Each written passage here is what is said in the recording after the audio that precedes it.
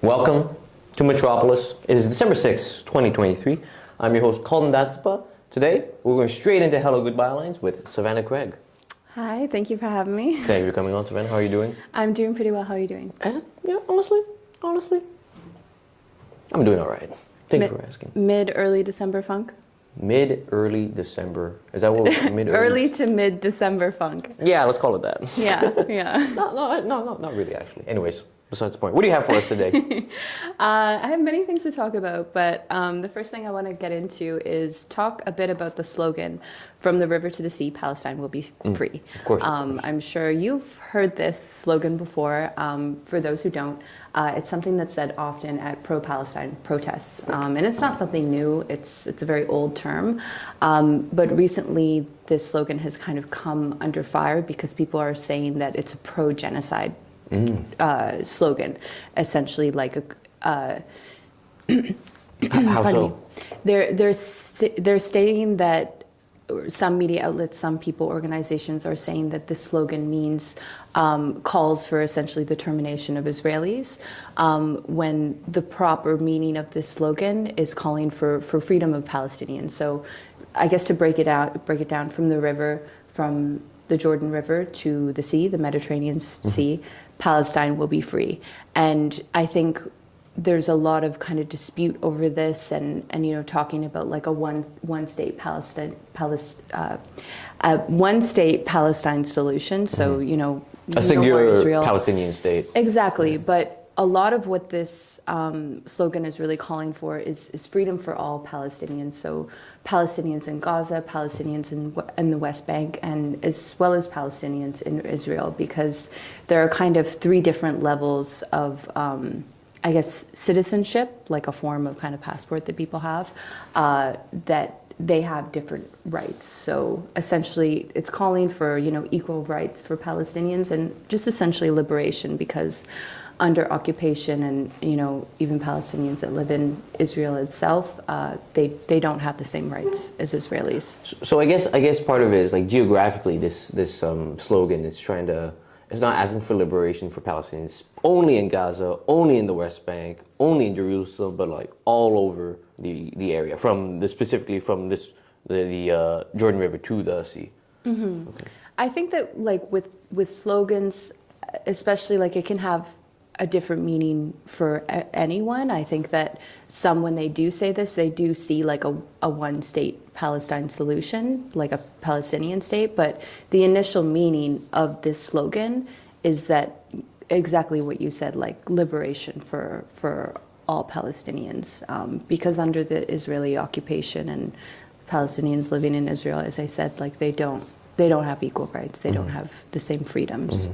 It's interesting that. I mean, it's like you're saying, right? It could be interpreted in so many ways. Partly because it's such a slogan, any kind of slogan, catchphrase, any kind of short, pithy statement is like open to so much, right? But it's interesting that some people equate liberation to genocide, or even liberation to a state, right? It's like I find what's interesting about the chant is, I guess, how people imagine liberation, right? Mm-hmm. For some people, clearly it's genocide, which is appalling. Mm-hmm. And it's pretty harmful that media outlets and organizations are kind of equating this slogan to being a genocidal term, because it really does bring up a lot of fear for Jewish communities, especially ones that have trauma within their family, intergenerational trauma from the Holocaust, and it kind of perpetuates this fear, and I think causes polarism within the movement. Between like pro-Palestine movement and people who are kind of being fueled by the media to have this fear that this is a genocidal term, and this is what's being said at pro-Palestinian protests. So you think the people who are calling it a genocidal term are stoking that fear? I think that when media outlets uphold this term as a genocidal term and push that narrative, it's causing fear within these communities and causing polarism between pro-Palestine and pro-Israel communities. Right.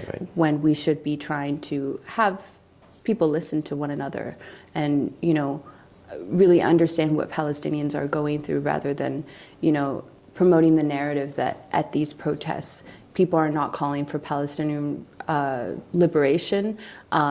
Instead, they're through kind of angling this term as a pro-genocidal term, they're taking away from what people are calling for, which is liberation under occupation. Of course. Yeah. No, it's really concerning to see that kind of discussion being upheld, right? Because like we're talking about, there could be many kind of interpretations of it, but then you have this kind of one incredibly, how do I say, emotive. This kind of, I mean, the genocide term is not like to be lightly used, right? And to pin that on such a statement is kind of reckless, even, I'd say, right? It's reckless. It kind of like it stokes fear. I feel like it doesn't move discussion forward, exactly like you're saying. I'm glad that you brought that up. The term of genocide is to not be used lightly, and I think it's interesting that a lot of media outlets are quick to say that this is a genocidal term, but at the same time they will not call what's going on in Palestine genocide. Right. It's kind of uneven. Yeah. I mean, there is the thing also about genocide. It's like we're talking about like power dynamics, right? The power dynamics, like this supposedly genocidal, like the logic would go that the people using this term were to be genocidal. If they were a genocidal force, then do they have the power, the infrastructure, the means to be doing this? And clearly, I mean, as far as I could tell, it seems much more that they are the ones who have less power, Palestinians in this case, compared to the state of Israel. Because Israel has the backing of the international community and all the, I mean that in a derogatory sense. The international community, major like military powers, and yet this small population of 2 million, I think, around, is supposed to be the genocidal one, and their territory is the one that's shrinking. And it seems to, I find there's this interesting comment I saw online about people who regard the chants from the river to the sea as genocidal. Their interpretation of liberation, their interpretation of like what do Palestinians want the most, and they interpret it as genocide, which is, to me, like I think there's a tweet online where someone was talking about how it, and I don't necessarily agree or disagree, but I think it's an interesting observation where this person was talking about how it's telling how these people view liberation, or how these people kind of view what Palestinians want. And it's almost as if they view what they want is just what's been done to them to a certain extent, right? It's like, I think sometimes you see this in like discourse around like land back, where like people imagine land back as like, oh, they're just people who are going to want to kick us out, or like, like raise every skyscraper and like bring teepees everywhere, which is like incredibly ridiculous. A ridiculous kind of extrapolation of that kind of statement in the movement. It doesn't represent it at all. But I find there's similar tones to that, to this discussion around from the river to the sea. No, I've been thinking too about the connection with land back, and I think it's also just like it shows how limited people's knowledge is, because if they're so concerned about land back, take more time to look into it. Talk to Indigenous people, do your research, and I think that's the same thing here with like coverage on Palestine and Montrealers as well. If they're afraid of these protests that are going on, it's important to be critical of the media that you're consuming, but including ours. Not me, only my guests. But do your research. Understand the roots of this slogan. I wanted to bring something up on the screen. Independent Jewish Voices, which has a very strong chapter here in Montreal. You've had people. Yeah, we had Niall and Sarah on. That was a fantastic episode. Please go watch that episode. Yeah, please do. They put out a statement essentially saying that this is not hate speech, and a lot of JV members, specifically within the Montreal chapter, since these are the ones we've been connected with, have been doing a lot of work to separate the fact, that anti-Semitism, to separate, critique of Israel with anti-Semitism, and essentially say, these are not the same things. It's critiquing Israel is not anti-Semitic.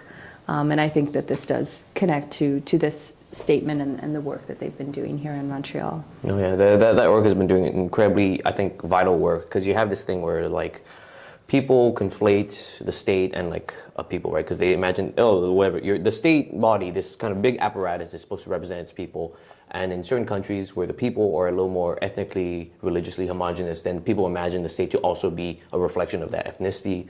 And then any kind of criticism of the state is then understood as a criticism of the the people, the ethnicities kind of underneath it, which I find is a bad conflation. I think that kind of conflation is one usually that these states want to try to, especially like states with a little more kind of like a liberal ideology, want to kind of further that. So any kind of criticism can be deemed as like a hate crime. Any kind of criticism of the state can be deemed as racism, stuff like that. It's like in my own activism, I've been plenty critical of like China, right? The Chinese state. I think people are very often critical of China. And there are some times where it's like you do have people who are critical of it in a way that's xenophobic, racist. And then you have other people who are just talking about like the machine of Chinese bureaucracy and the Chinese military, right? And you don't have that much, I don't know, it's a tough thing to like try and separate, but I find that kind of separation that groups like IJV is doing is like so crucial. Because otherwise, people imagine, oh yeah, you know, the Quebec state, François Legault speaks for all Quebecers, it's like, which is not the case. No, we know that's not the case.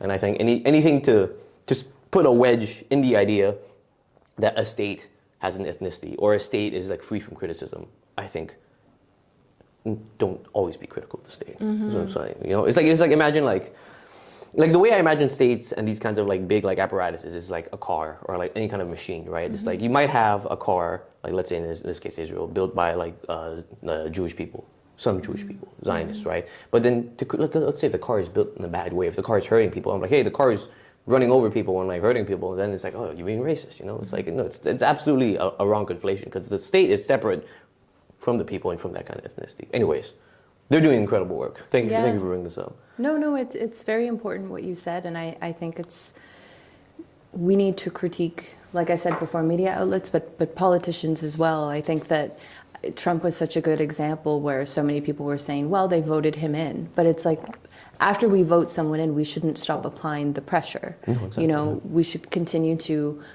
as people are doing like this organization, you know, not just applying a pressure on Israel, but applying pressure on local governments or federal government to stop supporting Israel, specifically and often through like military exports. So I think that a lot of people feel kind of powerless outside of voting, but there's so much pressure to be applied. Yeah. Speaking of Legault, I know that a few weeks ago on the show... You think he's watching? Are you watching Legault? Hey, salut, ça va bien? Polls don't look too good. I mentioned on the show a few weeks ago that Quebec Premier François Legault, he said that he wouldn't take banning protests off the table, pro-Palestine protests, when at the same time, a few weeks later, Montreal Mayor Valérie Plante said that she wouldn't ban these protests. So we have kind of like a different statement. I mean, it'll be interesting to see what happens, especially as Legault probably has more power over Valérie Plante to do something like this. At the moment, you know, nothing has been banned, but ongoing critique is still happening towards these protests. That's so concerning if they're going to ban pro-Palestinian protests. Because then you have, I think, I remember it was on CJAD. We showed a clip of that to Sarah Shami from Palestinian Youth Movement. I think in the clip, Valérie Plante says she's not going to be banning protests. You know, she believes in the freedom of speech, freedom of assembly, and it's kind of good to see her upholding that. And it's incredibly concerning to see a premier potentially talk about shutting down protests, you know, because then you get into like, well, you have the good kind of protests and then you have the bad kind of protests, you know, and it's like as soon as you're trying to draw that kind of distinction, then it's like there's going to be a lot of protests that are going to be deemed as bad protests that would essentially be otherwise ones that I think the general public would support, right? Mm-hmm. Mm-hmm. And even outside of banning protests, you know, across the world, but specifically here in Canada and even in Montreal, some people have been losing their jobs, not just for going to these protests, but specifically on social media, vocalizing support towards Palestinian liberation. And this has actually been affecting someone within our local government. Montreal's commissioner for the fight against racism, Boshra Manai, is one of the most recent Montrealers to come out under fire for not just attending a pro-Palestine demonstration, but also vocalizing her support online. We could check out the image of her. She's been vocal in her support for Palestine, and she's been receiving calls for resignation from the Center for Israel and Jewish Affairs, also known as CIJA. And part of these calls for her resignation is, while she's supporting the pro-Palestinian movement, she's coming under fire for not vocalizing enough support for the Jewish community that is experiencing anti-Semitism, and especially at the same time of sharing a clip from a pro-Palestine rally and stating that she's proud of Montreal. For the rally, for the pro-Palestine rally? Yeah, proud of Montrealers for gathering on the streets and, you know, demanding for a ceasefire and supporting Palestinian liberation. Yeah. You bring up CIJA, and this is one of the organizations that Niall and Sarah were talking about as being these kinds of institutions that try to like represent themselves as Jewish institutions, right? But specifically the distinction they're making, they're not necessarily, they don't speak for all Jews, they speak for specifically like a Zionist project, right? And so here you have, like if we're talking about IJV trying to do the work of separating the idea of a state being inherently like racial or ethnic, and you have the other one which is trying to really combine the two to try and protect the state from critique, right? And I find it's incredibly concerning. And the thing is, like, not to say that, I mean, anti-Semitism and Islamophobia is on the rise. It has been on the rise. Especially anytime you have conflicts like these, you see those kinds of tensions get stoked. I feel like I mentioned this before, but like during like all the early COVID stuff, you had like anti-Asian racism, I think go up like 900% in like Vancouver. And you had like instances where you had the statues here at the Montreal Chinatown vandalized, right? And these are like the natural kind of like symptoms, the kind of fallback from these kinds of like escalations, right? Where these things are inherently like made to be much more tribal than they are. It's state versus state, or state versus against people that they're trying to oppress. And here we have people trying to say, no, it's actually like your people against my people. And I find that always diffuses the actual kind of like, maybe I don't know the intentions, but to me it diffuses like actual whatever like material analysis of like what's happening economically in this area. That's kind of, because you don't have wars that just start off because like I don't like your people. It's almost always some kind of material interest, right? Like Iraq war, we can talk about that later, about like oil and like Kuwait. I don't know. I find I'm always very skeptical when people are trying to do that kind of conflation. And it's incredibly disheartening to see someone who's trying to take a stand for it being punished, called to resign. Mm-hmm. You know. Mm-hmm. I don't know. It doesn't seem to be heading in the right direction. But she hasn't resigned. She hasn't resigned. She still has her job. CIJA was calling for her resignation. Another Jewish organization, B'nai B'rith, they did highlight that she's not doing enough to condemn anti-Semitism, but they did not request her to resign. They did ask her to stop attending pro-Palestinian demonstrations, which she has recently, about a week ago, promised that she would stop attending. So there's no resignation, but there's still kind of a form of punishment. And, you know, I think that there could be, it's important, I think, for her to recognize anti-Semitism and address that. But I believe that it is still a form of punishment, asking her to not attend these protests. Mm. No, because I mean, it's absolutely, I mean, I think trying to call upon our officials to do something about this kind of hate that's kicked up in this kind of offensive is, I think, incredibly important. Like you have multiple incidents, rising incidents of synagogues being attacked in like the West Island, they're being firebombed or like graffitied, and it's incredibly concerning. But it's like on that sense, it's like, I think that's like, to me at least, whatever it means, I think a fair request. I think an important request, a just request. But then to ask her to stop attending the Palestinian demos, that's like, I'm a little more uncertain about it. I think it's kind of a form of censorship. It is. It's like, I think it's a form of censorship, but I think on the other hand, to these parties' intents, it might just, because sometimes you see this with journalists, right, where you want these representatives to be impartial, you want them to be kind of like not taking sides, and I guess to B'nai B'rith, maybe they don't want her being so pro-Palestinian. They want her somewhere more in this kind of like obfuscated, like middle ground where like you don't know what their opinions are. I mean, that to me that brings up another question, right? Like, because we're talking about people losing their jobs. You had those like we had the CTV journalist, I think in the was it a Palestinian journalist for CTV, I think in the Atlantic region, who was fired recently. There's a viral video of her kind of speaking about it in her car. We had that global news reporter from Toronto, I think, last month. And it's like, I think there's a similar thing between journalists and politicians where it's like, should they have opinions? Should they do, are they more than just people who are supposed to represent whatever, like their constituents? Are they more than people who are supposed to just give you the facts as whatever that means? And when can they be allowed to hold a stake? When can they be allowed to be like, no, actually, I think this is the right side of things? And I find right now, in the political sphere, at least like federally, provincially, you have a lot of parties who are kind of like a little more timid about saying what should be done. And, yeah, that's what this whole case makes me think of, anyways. What do you make of it? I think it's kind of dangerous grounds. Like I believe it's censorship, and I think that it kind of reminds me of, what we're taught in journalism school. We're no longer taught to be unbiased. We're taught to be fair and balanced. But I still think that, even like when I was a student journalist, I did a lot of coverage on Wet'suwet'en and, land back and things like this. And I remember one professor would call me, he wouldn't call me a journalist, he would call me an advocacy journalist, which is like, what is that?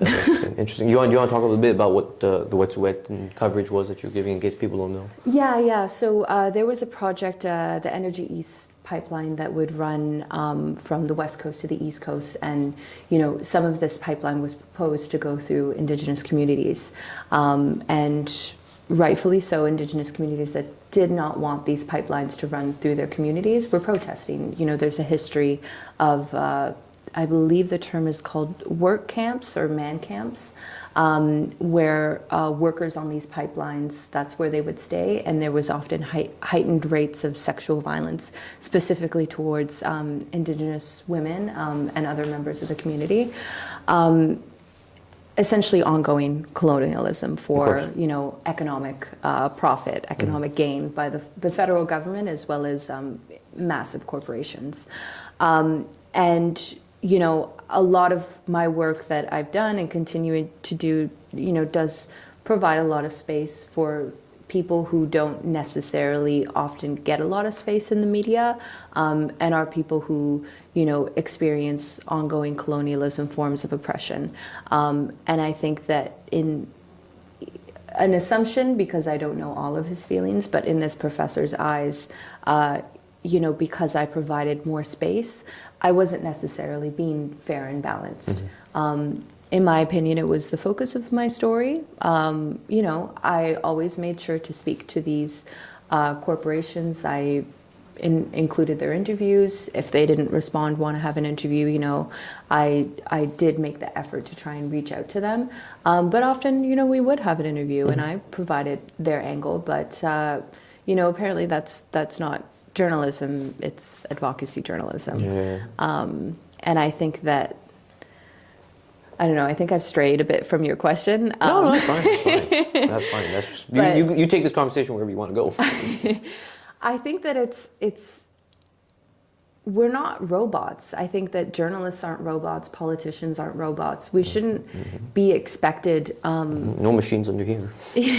We shouldn't be expected to not have, personal feelings, especially, people who are, I'm sure that she's probably experienced racism in her life, forms of oppression. So I can't assume, but, something within this movement is she's feeling a connection to it. And she being Bashra. Exactly. Bashra, what was her last name? Manai. Bashra Manai. And I mean, there's also very many white people who feel connection to Palestinian liberation, I think because they see what's happened in Canada.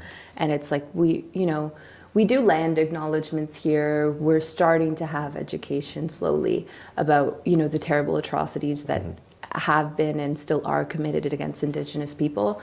So how do we go, from making these land acknowledgements and identifying these that gestures. that it's such a terrible thing, while allowing it to happen again, allowing our own governments to fund this and support it through military exports, and not calling for a ceasefire, calling for a humanitarian pause, and look how great that went, Of course.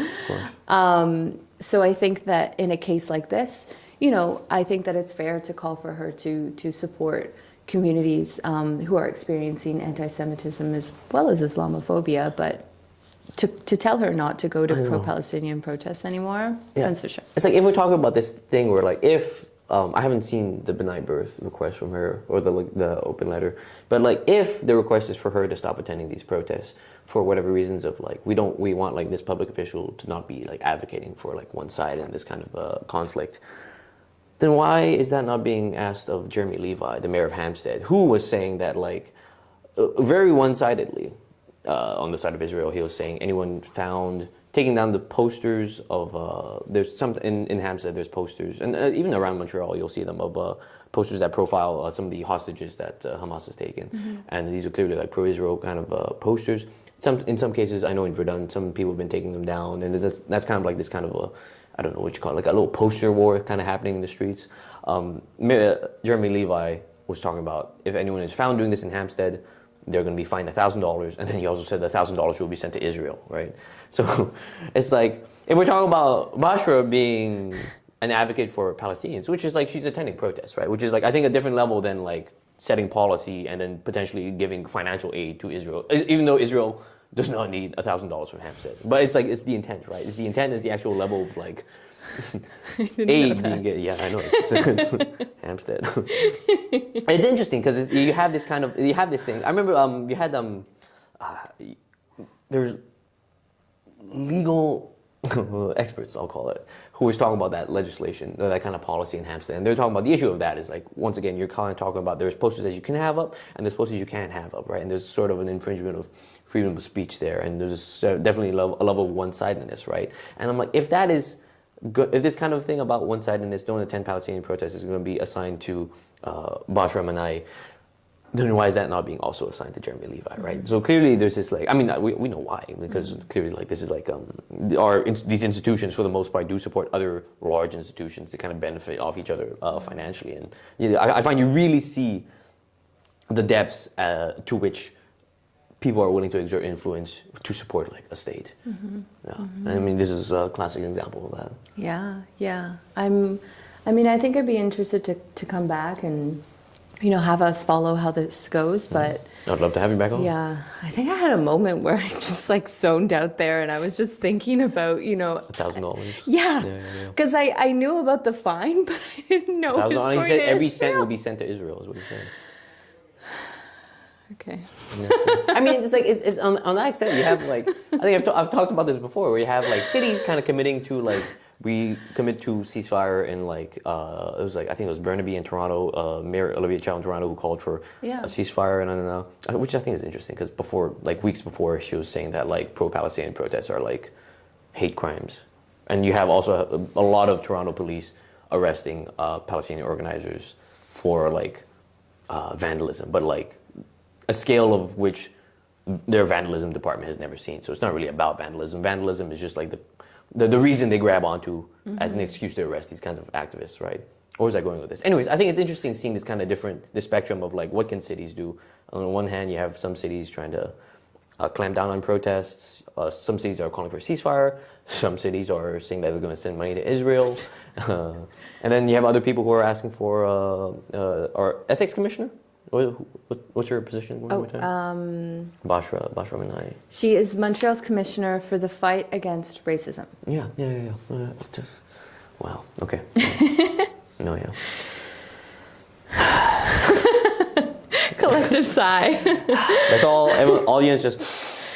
Right.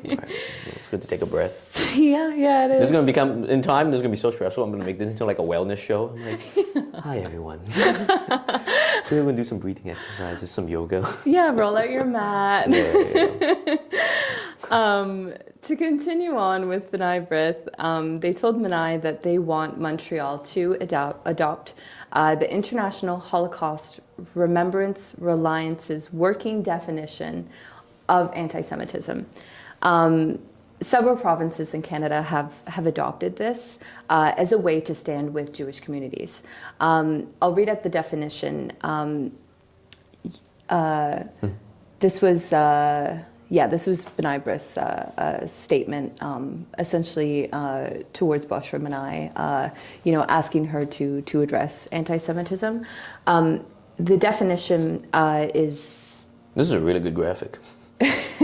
They made her look so angelic in this. Yeah, she kind of looks like she's in the clouds. Yeah. What's going on here? Bubbles? I think so. Interesting. We gotta step it up with our graphics. I know. No, yours are great. I love yours. I was gonna talk about your graphic.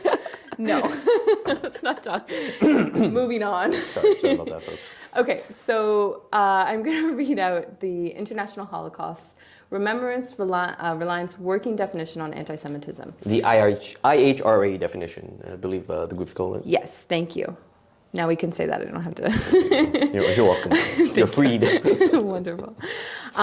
Anti-Semitism is a certain perception of Jews, which may be expressed as hatred towards Jews. Rhetorical and physical manifestations of anti-Semitism are directed towards Jewish and non-Jewish individuals and or their property, towards Jewish community institutions and religious facilities. It goes on to list more examples of this definition and kind of go in more, including Holocaust denial, which is actually illegal in Canada.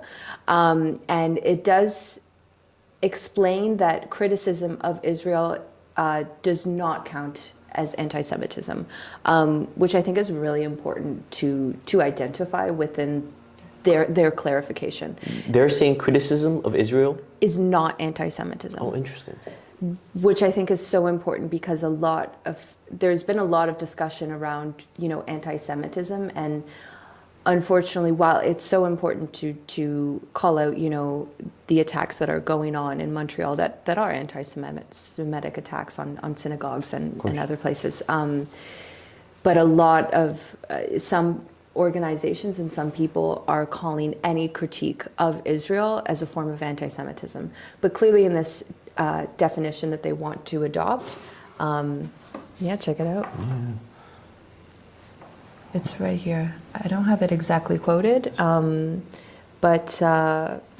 Yeah, okay. Yeah. So I think that's it's something that I wanted to bring up.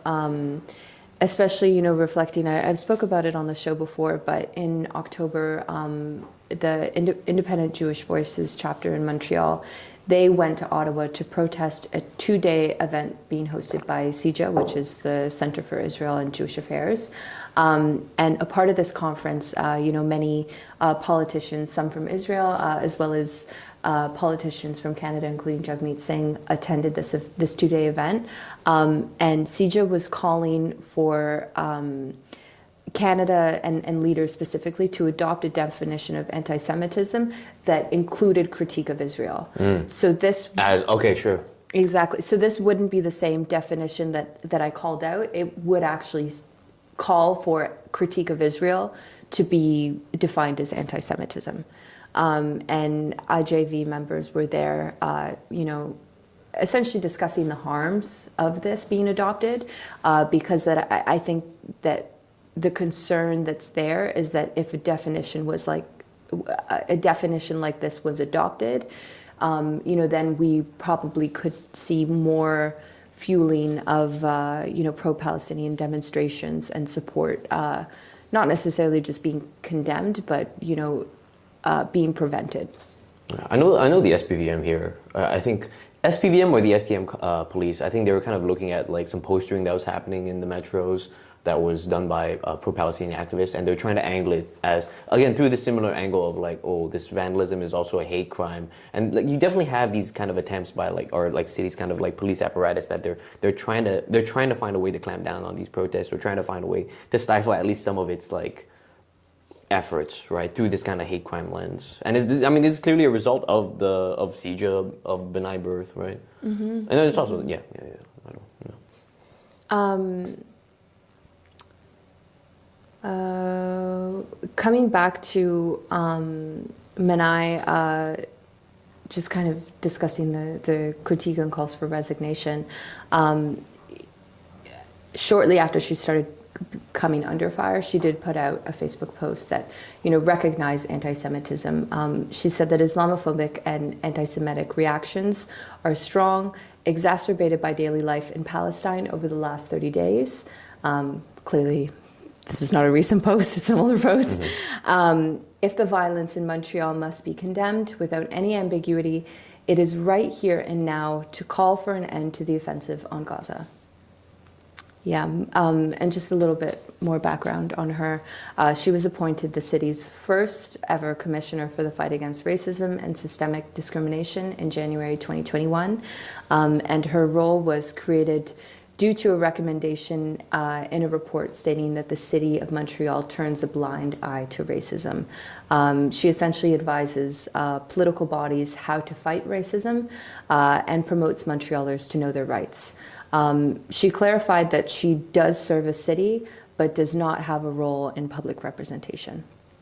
And she clarified that her attendance of these protests, stating that I see this individual stance as a duty of humanity, a personal stance, that of a woman committed to peace, saddened by the horrors of this institution. And we can go to the next slide. Mayor Valérie Plante told her to rebuild trust with community. I just wanted to speak a little bit more about anti-Semitism in Montreal. You highlighted some of the things that have been going on. Just to kind of clarify, on November 7th, a synagogue and a Jewish organization were the targets of an attempted arson in Dollard des Allemands, DDO. In the West Island. And another case was gunshots were fired at 2 Jewish schools overnight in Côte-des-Neiges, Notre-Dame-de-Grâce, and this was on November 9th. And one of the Jewish schools that was targeted on November 9th, the Yeshiva Gedola, was shot at a second time 3 days later. And this article up on the screen, it's a recent article in Pivot. It identified that we must remain cautious not to connect the rise in anti-Semitism to pro-Palestine protests. Yeah, so for our listeners, this is an article in People by Una Barrett, Comprendre la montée de l'antisémitisme, so understanding the rise of anti-Semitism.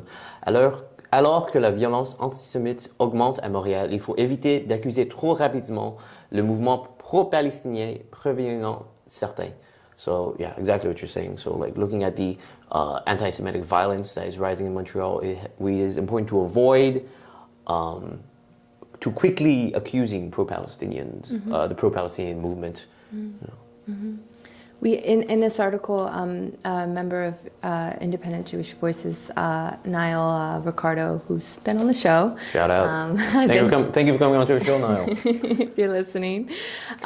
He was quoted in the article saying, most of the time when there are attacks on synagogues or Jewish schools, it's not people in solidarity with Palestine who are doing it, it's white supremacists. Yeah.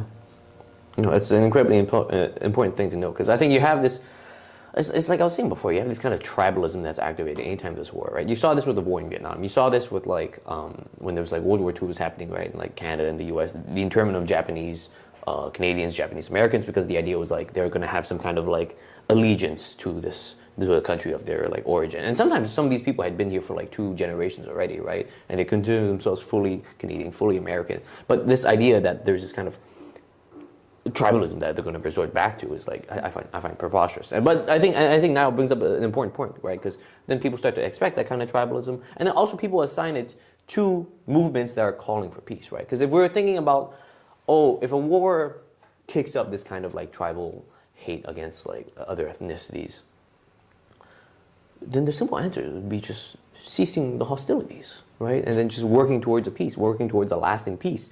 And the longer Israel is going to continue this kind of offensive, then the more kind of hate you're going to see, right? Mm-hmm. That's I don't know. That's to me the way towards is kind of like to clamping down on anti-Semitism, to clamping down on Islamophobia is for a peace, and then also education, like you were saying before. Yeah. I think I wanted to say before, the point you made about education, I find it so important, and which is why I think I appreciate the work of groups like the Palestinian Youth Movement, among others, who are doing teach-ins, right, to try to break through that kind of like fog of like ignorance that exists. Because because like you're saying, like we've been saying for like many episodes now, the media presents a very kind of like simple picture of this, a very kind of a picture of this that lacks a certain kind of history, and I think it's important that these groups are doing these kinds of teach-ins, and it's maybe like I think these are great opportunities, right? Like if you find you disagree, like if you the listener, the viewer, find you disagree with whatever like we're saying, or they're like, oh, I don't know much more about that. These teach-ins are that perfect kind of opportunity to do it. Mm-hmm. Sometimes at protests, it's good to kind of speak with the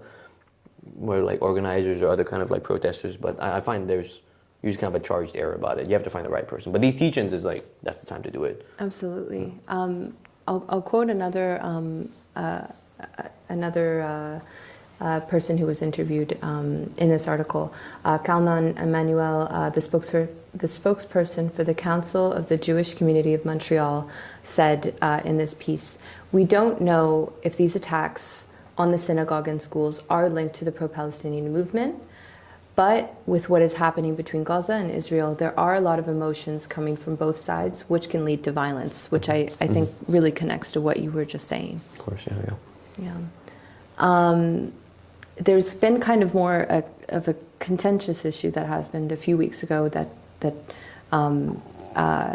the commissioner on racism was in attendance at this pro-Palestine demonstration, but an imam, his name is Adil Sharkawi, during a demonstration on October 28th, a pro-Palestinian demonstration, he said to the crowd in Arabic, which translates as, "Oh Allah, take charge of the aggressor Zionists, take charge of the enemies of Gaza, count them one by one and kill them in the long run, and don't exclude any of them."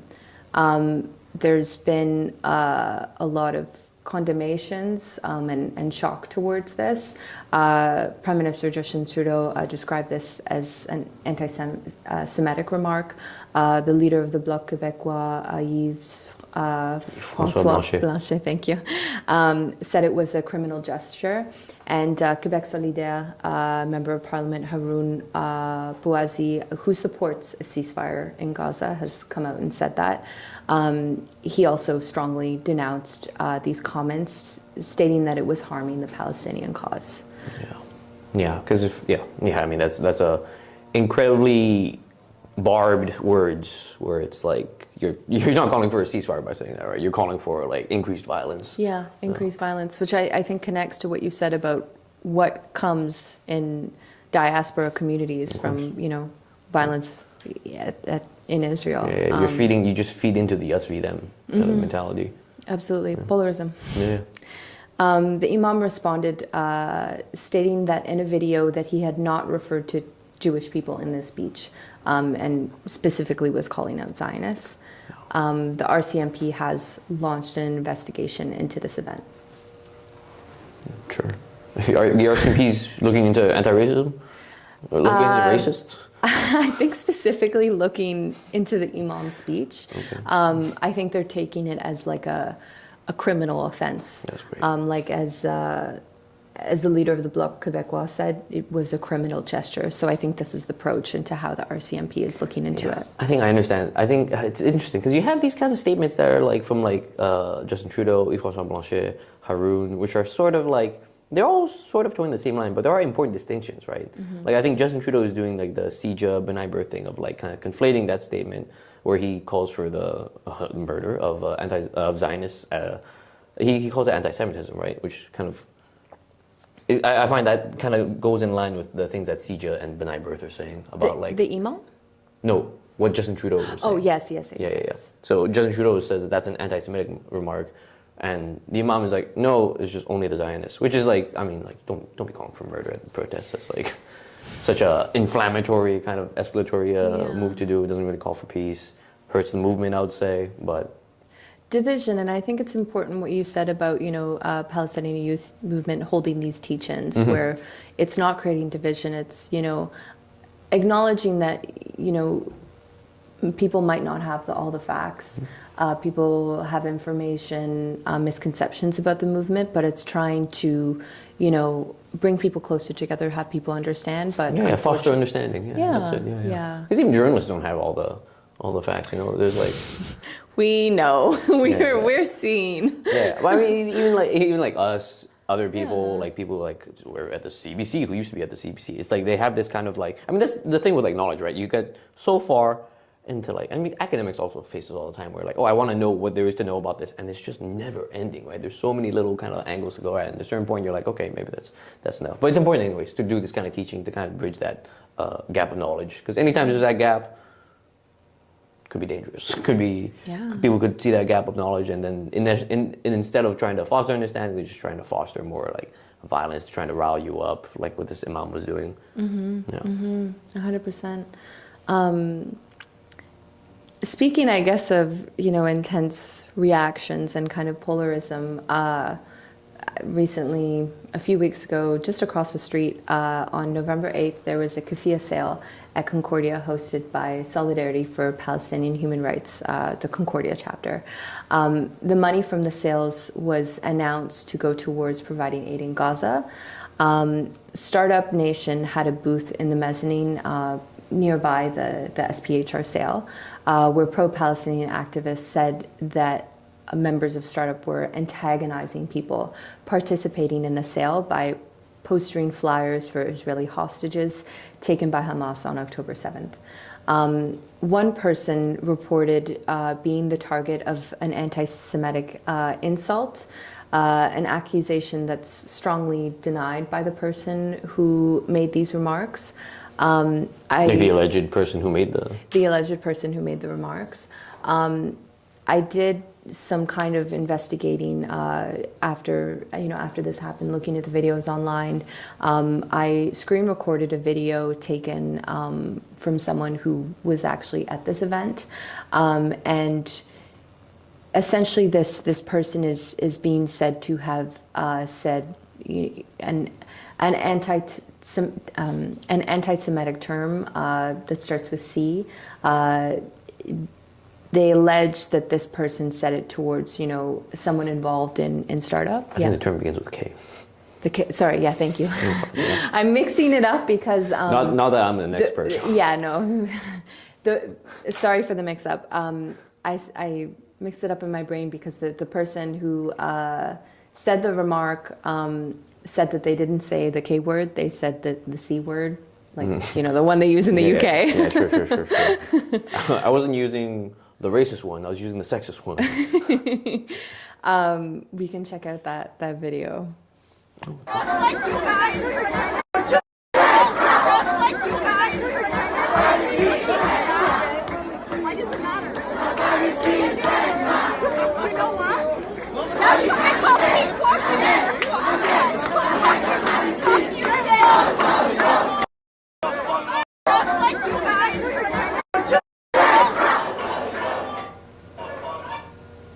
Woo! Emotions right. I wasn't there. I was getting coffee. What did you see? I was just like getting coffee at the Hive, and I was like, oh, a lot of people here. And I was like, anyways, time to get my coffee. Like you're saying, I should have recorded. I should have. I don't know why I didn't have that instinct. Every time I see something, I'm like, oh, for CUTV. Yeah. It's hard to make out what she's saying, right? Because there's such a big crowd there. But yeah. Kind of two different takes from two different sides. Yeah. I almost misses the point of like which word was said at this height of emotion, right? It's like, I don't know. It seems to be, I don't know if that does the thing of what we're talking about, like bridging understanding, right? It's like, did you say this slur or did you say this other thing? Like whichever the case, the intention was, right, to kind of rile the other person up. And I don't know. I think this is just another example of how you have this kind of conflict, for lack of a better term, spilling out into like classrooms, into like just like civic life. And it really does spill out into Concordia classrooms. Of course. I mean, Montreal loves to protest, and this is, I guess, an example of that. Not the loving to protest, but just this kind of like very spirited, youthful city. Absolutely. You know, since October 7th and even before in events, you know, rallies around Palestine on campus, but more specifically since October 7th, Palestinian activists and pro-Palestine activists have been saying that Concordia is not doing enough to support Palestinian students. And recently, SPHR Concordia released a statement last week. We can pull it up on the screen, where they had met with Concordia University President Graham Carr, asking for an investigation into the ongoing attacks. This is him right here. Asking for an investigation into the ongoing attacks on students of all faiths and backgrounds, and a divestment into initiatives and organizations that fund and support what they state as genocide and ethnic cleansing of Palestinian people. So essentially, students have been saying that since mid-October on both the Concordia and McGill campus, they've been experiencing silencing tactics. And I guess, should I read out this statement on the screen? Yeah, let me do it. Okay, go for it. This is a statement by Graham Carr? Or no, so this was published by SPHR? On their Instagram account, Gotcha. essentially just summarizing that they had a meeting with Sure. them. So this is a post by SPHR Concordia. We're looking at a picture of Graham Carr in the corner. He's kind of bald white dude. I like his glasses, nice suit. Graham Carr, president and vice chancellor of Concordia University, and then underneath you have the SPHR statement. On November 16th, two representatives of SPHR Concordia met with University President Graham Carr. SPHR and many other student activists have been concerned with President Carr's efforts in recent years to deepen our university's ties to Israeli institutions since learning about his trip to Bar Ilan University in August 2022. But the president has so far not responded to these student concerns. This meeting between Graham Carr and the representatives offered a very important opportunity for SPHR members to voice our concerns around systemic anti-Palestinian racism and Islamophobia on campus, as well as Concordia's investments in the apartheid regime. Due to the administration's stated intentions to listen to student concerns, we were hopeful that the discussion might lead to some positive changes being implemented. I think it's good that they are meeting. I wonder what it's going to take for that kind of. I imagine what they want is divestment, and I find it's always kind of a tooth and nail kind of thing, getting divestment from universities, right? Because these university is not just an institution of like learning, right? It's also just a big money business. I mean, there's so much money floating around because of like tuitions, international students, local students are like paying that. Like there's just a huge amount of money, and obviously they usually, anytime you have that, they're like, where can we invest this? Where can we kind of make some money off this? A lot of institutions make money off of fossil fuels. Like you've seen divestment of attempts here at Concordia. I think successful ones here at Concordia, and then also less successful ones at McGill. And it's interesting seeing now. I think it's really important to talk about that kind of material things, like the investments. And I'm glad to see SPHR kind of focusing on that here. I don't think it seems that they didn't get out what they wanted from that meeting, especially in terms of applying pressure on divesting from Israel. From what they said, it seems that they weren't really given a response. It was just kind of like, yeah, sure, we'll let you in, we'll have a chat. Yeah, I think it's important that the university is, giving the opportunity to speak. As we said, conversations are so important.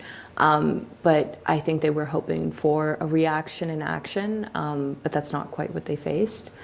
But it's not just Concordia that's, having these kind of difficult conversations on campus and, requesting like an institutional change. Also at McGill, we can show the next slide. At McGill, there was recently a vote in support of a referendum by the Student Society of McGill, also known as the SSMU, where 78.7% of McGill students that voted in this referendum supported essentially an adoption of a policy against a genocide in Palestine. Only 35% of students at McGill that were eligible to vote only 35% of them voted in this referendum. But this is a very high number.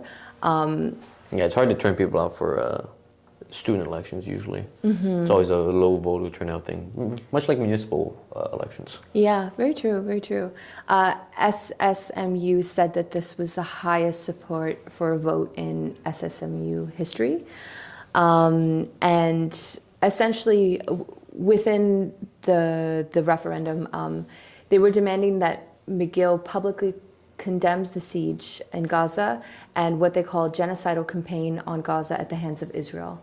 And they asked McGill to divest from corporations, institutions, and donors contributing to apartheid and ethnic cleansing in Palestine and of Palestinians.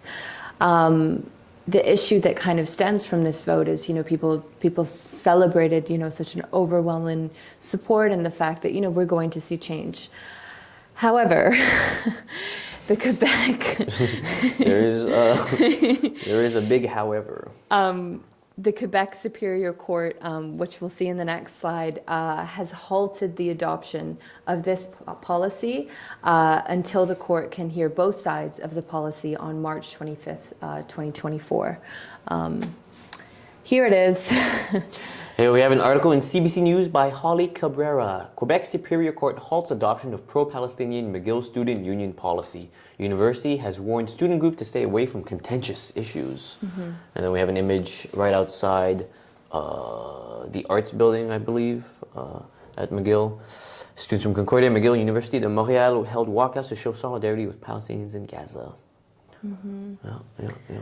I think it is interesting to note, they're halting it until the court can hear both sides on March 25th, 2024. Yeah. I mean, I know that court can be a slow process, but... It's designed to be. This is very slow, and people are dying. So, I think that time is of the essence for many people who are calling for a ceasefire and also, calling for an end to economic contributions of any kind and support of any kind towards Israel. A McGill student who remains anonymous is represented by a lawyer from B'nai B'rith, Canada, and essentially they filed an injunction to stop the SSMU from adopting this policy. So, this is where the halt on this, on applying this policy has come in. SPHR of McGill told CBC that this sets a dangerous precedent for student democracy and undermines the supposed democratic infrastructure of Canadian institutions. Yeah, I got shivers from that. It is incredibly concerning, I find, to have these kinds of, this thing that we like to think of as foundational, right, to Western kind of government of democracy, right? This thing that we like to imagine is kind of coveted everywhere around that doesn't have democracy. You have, anyways, and to have something in schools, anytime there's this kind of these elections, it's kind of it's almost it's I don't want to say it's practice because these are real elections. They do set real policy, and I think it would be. It would discount the actual work being put in by these students to call it practice. But there is in some sense, I think, it is kind of institutional practice for these students to get used to these elections so that as they reach adulthood, as they reach kind of the age of maturity, as they participate in local elections, that they're sort of used to the process, right? And the idea is that every vote counts, however many your cause, your campaign can turn out. If you can turn out more people than the other side, then you are kind of deserving of the right to set policy, right? And here we have this thing of a historic turnout of 35%, which just seems low, but I think in terms of if you compare it to other kind of turnouts, I think that is a historic turnout. And the fact that 78% kind of voting yes, I think is to me, I think they say usually anything above 75 can be considered a super majority, right? So you have this wide range of people who are we believe in this institution. 35%, so 35% of people were we believe in this kind of institution of democracy we have in McGill, and I'm going to use this kind of institution as is my right to put forward my view that McGill should adopt this policy that recognizes what's happening in Israel as genocide, ethnic cleansing, that Israel is an apartheid state. And you have these people exercising this right, and then you have the Quebec court being like, "Oh, let's just whoa, don't get too excited now. We have to consider all sides." And I think I absolutely agree that is a dangerous precedent to set, right? Because I don't mean to like snowball and like what if, because that's like I think I don't want to extrapolate too much, but like if you had that happening in like a municipal election, provincial election, federal election, that's like incredibly concerning to think about. It completely undermines the system of democracy for the court to be able to be like, "Oh, hold on now, we don't know that this was like just or that we should be doing this," Incredibly concerning. I know that, even here in Quebec, we've had challenges to laws. One that comes to mind is I can't remember the Law 21, essentially that prevents people in government, public service. Public servants, so like I think they talk about teachers, police officers, judges, and it would prevent them from wearing any kind of, I think, ostentatious religious symbols, stuff like that. Exactly. So, even like a kippah, like a hijab, niqab, these type of things from working in the public sector. At a time where we're facing, shortage of teachers, healthcare workers, all these things, and this is being challenged. It's actually still being challenged. I'm not sure if it's reached the Superior Court yet, but it's heading that way, if it's not already there. So I think that we do have examples of this, but I think that this specific example here, it does link to what we've been saying about equating critique of Israel to anti-Semitism. We have to be very clear to separate the two, because when we equate the two, then we can challenge students who are, challenging apartheid and genocide and these things. So how far is it going to go? No. I mean, I think whatever the decision is going to be, I think the decision is going to be historic. That's going to be like precedent setting, right? Because like on the one hand, the one option is, on one hand, these students exercising their democratic right, that's actually invalid, and because of whatever might be considered a hate crime, or because it might be considered hate. And I think you're going to see really now the efforts of CJA, B'nai B'rith being tested now, because I think like B'nai B'rith put that injunction forward. I think they know what they're doing, because it's like they see this as an opportunity to bring this into the courts. And anytime you have something brought into the courts, it changes the battlefront, right? On like one level, you have like, let's say like a cultural war about like winning the hearts and minds of people. On another level, you have kind of like the war of like popular support in the streets, which I believe the Palestinian cause has been winning like hand over fist. Like I think there's a photo of like a pro-Israel demonstration in front of Parliament, and it was like maybe like a few hundred, and the one that pro-Palestine organizers put together was like I think 100,000, right? So you have this the public support is clearly different now, and so I think you have these groups that represent Israeli interests, that represent Zionist interests, trying to bring this into another kind of battlefront, another front line, right? Like I think you talk about like delaying it, slowing it down. Absolutely, I think with Bill 21, very similar. The case it makes me think of.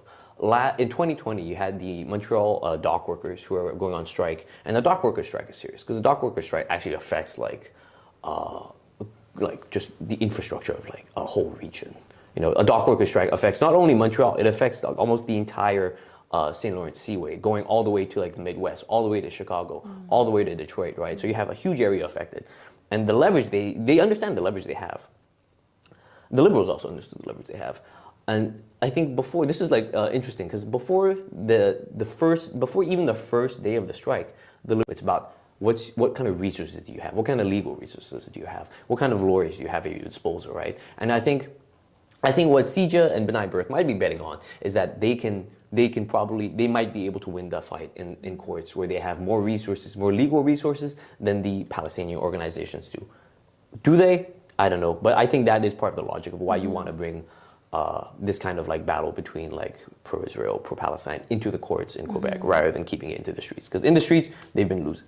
They've been losing so much. The public support is like clearly in support of Palestine, at least in Montreal. Absolutely. An anonymous member of the SSMU forwarded CBC an email alleging that the B'nai B'rith and the Israeli consulate were targeting pro-Palestinian protesters. B'nai B'rith has denied these claims. For targeting how? Essentially, with supporting, the condemnation of this policy and like taking it to court. Sure. Trying to take the wind out of their sails. Yeah. So I think it's, something we'll continue to follow, but, I know more about Concordia. There is specifically a strong history here of activists being silenced. Even when we had Netanyahu was supposed to give a speech either 2001, 2002 here at Concordia, and like huge protests broke out, and students were banned from talking about Israel-Palestine on campus for 2 weeks. There's a film that screened at the Hive last week called Discordia, which follows those attempts by Aaron Mate and like other organizers trying to block Netanyahu's visit. I think he had students occupying the hall building, blocking the stairs so he couldn't go up. Some people broke windows too. Really, I mean, it seems to be something in the walls here makes people people want to be pro-Palestine, I guess. Yeah. I mean, there's tons of support here, but it's unfortunately we're seeing a lot of polarism through, I think, equating criticism of Israel to anti-Semitism. So I guess we'll just have to keep an eye, see how politicians are reacting, institutions are reacting. But I'll be back to talk about it, I'm sure. Thank you very much for bringing these topics up. I mean, it's like, again, I have to stress the point. These are like historic kind of developments, right? I think there's you see just, I felt like it was like nothing for like years, not nothing for years, right? Because things were still going on. But like this really feels like a flashpoint. It feels like a real like event, and now things are starting to like, the dominoes are going, right? Now you're seeing like the forces are like, the different like forces at play are like, all right, who's kind of stronger? Where do we have influence? And you see them exercising that influences in places, I think, in places and at intensities I did not expect, right? And I think one example is like, let's say like at a municipal level in Hampstead, at the level that the Superior Court gets involved with a student election, I think to me is like wild. It is, yeah. Yeah, thank you very much for bringing these on. Thank you for coming onto the show. Of course, thank you for having me. Of course. Hello, good Bylines. Would like to thank our sponsors. We have none. So, I was going to say CUTV. I know. So if you want your name there, just send me a check. I don't know. Anyways, take care, everyone. Hey, welcome back to Metropolis. My name is Kalden Dhatsenpa. It is still December 6th, 2023. We're back on the main show with Dru Oja Jay. How are you doing, Dru? Hello. Things are good. Hello to you as well. What do we, I was going to ask you what we're talking about. I know what we're talking about. Today, we're talking about Dominique Ollivier's resignation. We're talking about migrant workers in Montreal, as well as the CRTC.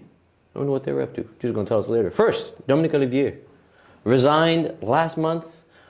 She was the president of the executive council of the Montreal municipal government, and she resigned. Oh. I have become a distraction resignation. Yes. The classic. So I'll show myself out. I don't want to compromise the fine work of my colleagues by remaining. Exactly. Yes, it is a well-worn format. Mm-hmm. Why don't you tell us a few details about what happened with... Yeah. Can we look at the first slide?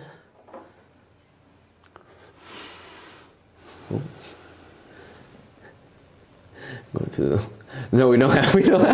Never mind. No, we've seen all the slides. All right. So Dominique Ollivier was. Here's Dominique Ollivier. There you go. Dominique Ollivier. She was elected to city council. Mm-hmm. I think in like 2018 for Projet Montréal. Mm-hmm. Since then, she was served as the the lead of the Montreal.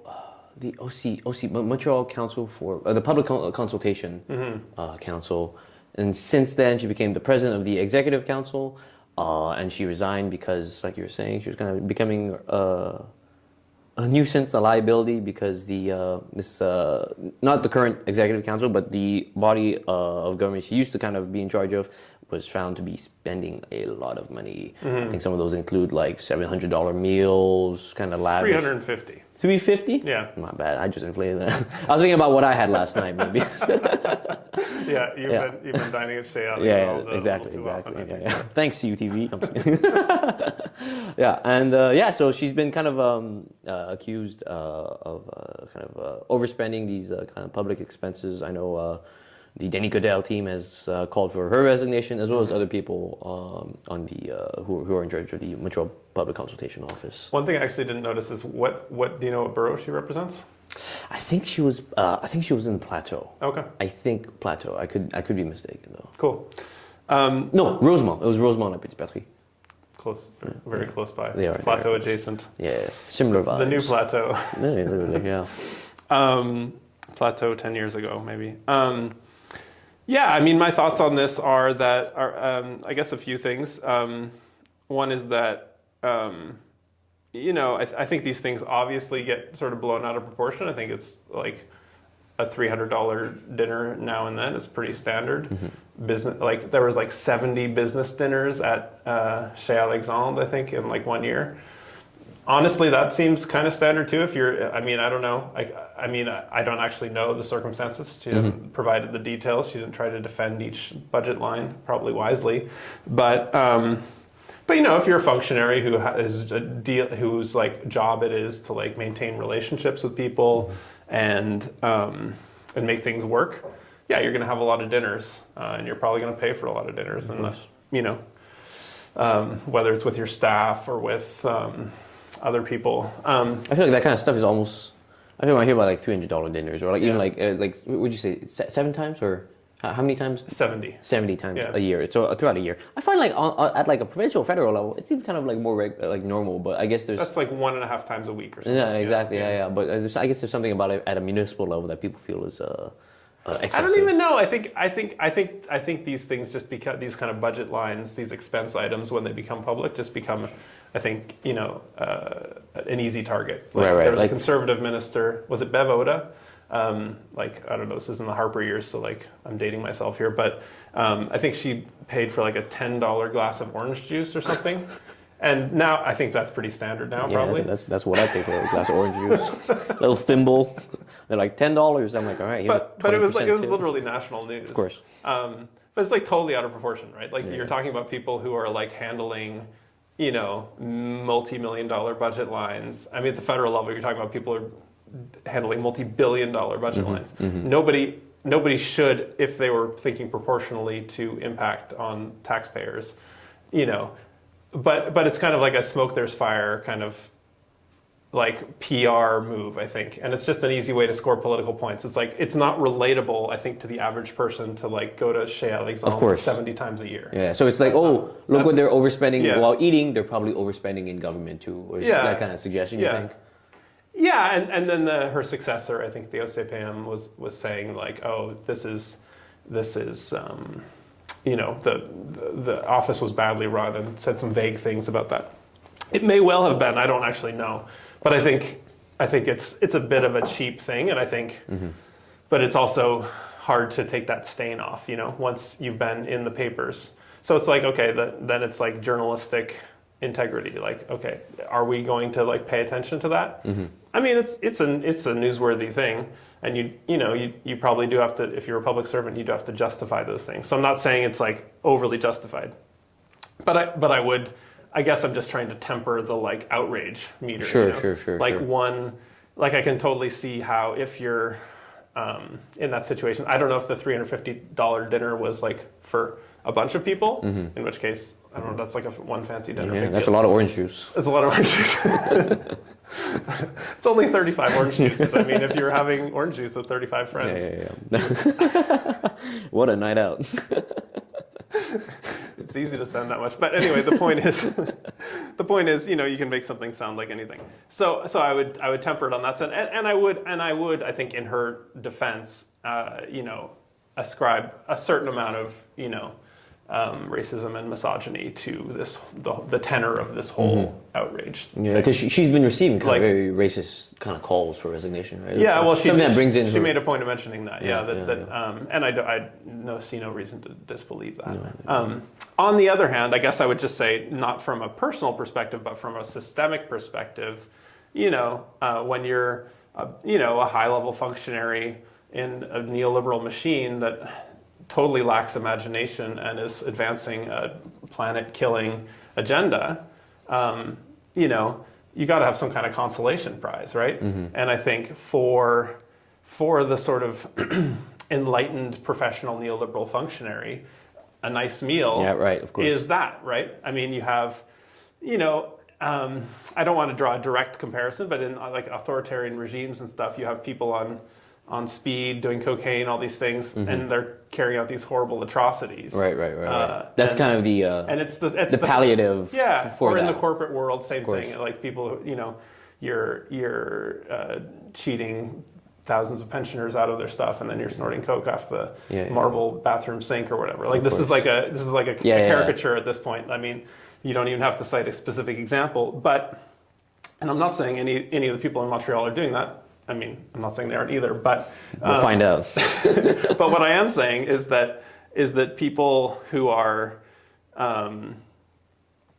you know, who are in these sort of, in the softer version of, you know, presiding over these total disasters and having to like energize and motivate themselves, you know, a really nice gourmet meal at like a fancy restaurant is the sort of consolation prize. And I happen to have a little bit of a window on how, you know, people who work in like even the staffing jobs at like at the borough mayor's offices, for example, or like or other sort of functionaries, you know, the sort of upper echelon of those, the ones who are paid well, will spend a lot of time at, you know, the local nice restaurant. They'll be there all the time, like, and that's their sort of.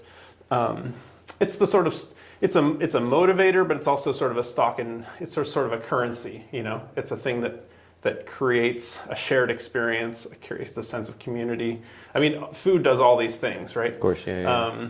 And so, yeah, I'd say, you know, gourmet meals are part of the fuel of the neoliberal doom spiral that we're in. I see what you mean. So like, let's say like we're imagining at like the kind of most exaggerated end, it's like Wall Street. It's like we just made a deal where we're raising the price of like children's insulin like 20 times over. Exactly. Now we're gonna celebrate in some bathroom, do some like coke, and that's kind of like. I mean, you might even be doing it during the workday because you gotta power through whatever moral qualms you might have. Right. Sorry, And so I guess a lesser hedonism is just kind of like, let's go out to like fucking casual spa and get some steaks. You know? Yeah, it's a more refined version. Yeah, more refined, respectful. You know, but you can say you're taking part of like the kind of local culinary kind of like scene.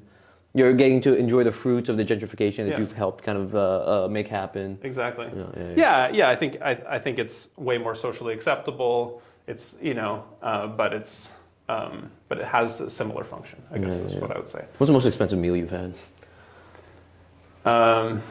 Gosh, I don't think I've gone over 70. Oh yeah. Yeah. Okay. Yeah. I remember one time with an ex, we went to a restaurant and like the meal was like $300. I damn near passed out. First time I had ever eaten like that. I was like, I don't belong here. No. But there's this kind of like thing that I guess that. Sorry, I was saying 70 per plate. I should say, you know, obviously if you're with the Okay, yeah. You're good. I was like, damn, Drew's living this Spartan life. Not so much. It's like Big Macs tonight, fellas. Yeah, exactly. Okay, yeah, sure. In that case, yeah, I guess we're in like a similar kind of ballpark here. Yeah, exactly. But yeah, there's something about these spaces that I find so kind of I guess I really like that kind of comparison of the extreme end of like kind of like this consumption to like whatever, like lessen or kind of tamp down on like whatever moral qualms you have for kind of being for steering this kind of like neoliberal ship of like whatever, like devastation, right? Yeah. And on like maybe like you can imagine like whatever, like American Empire being like the biggest ship, and then the smaller ships of like whatever municipal governments. It's like you still have that kind of like that need or desire to kind of like, oh, am I doing the right thing? No. Oh, let's just have a nice lobster. Yeah.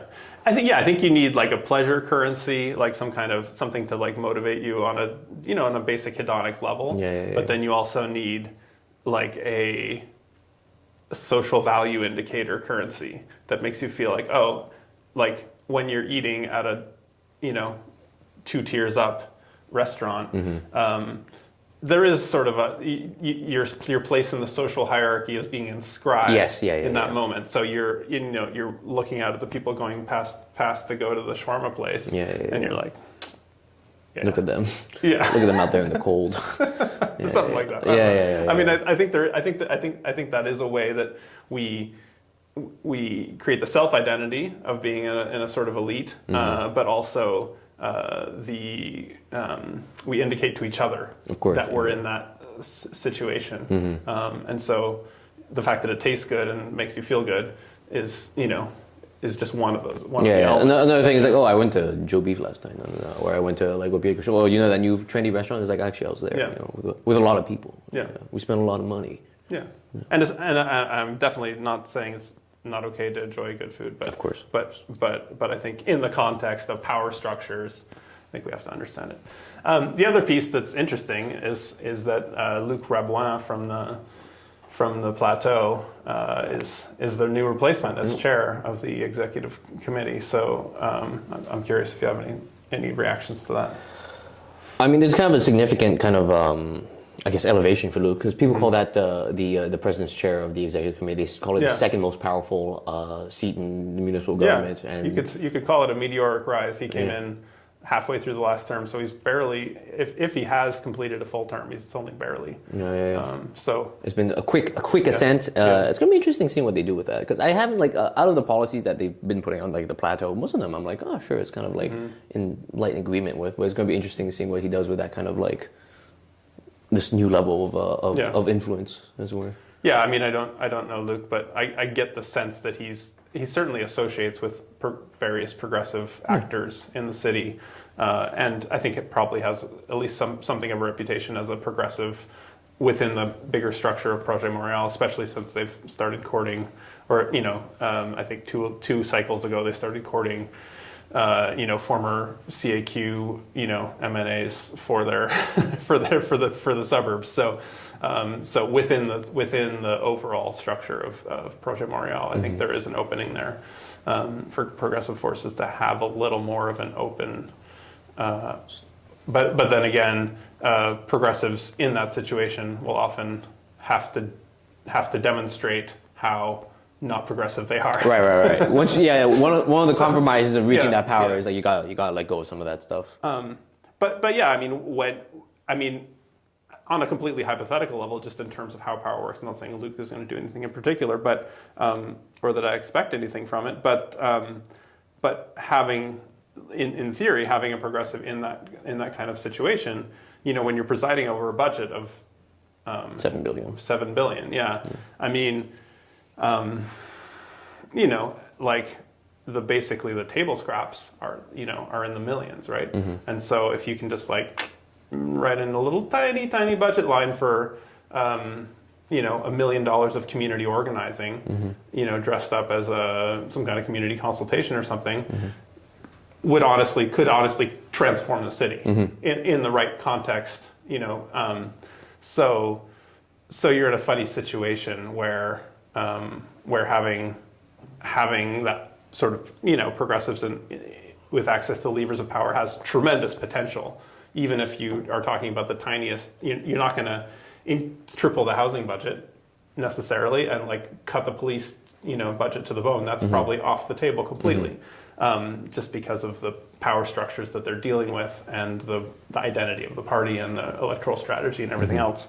But yeah, like there's still room for getting $2 million for some community organizing, maybe a study on something that could like create huge leverage for something else. Like there's all kinds of things that are on the table that are, potentially transformative on a sort of a 10-year horizon, I think. Yeah. Very interesting seeing what becomes of that. Yeah.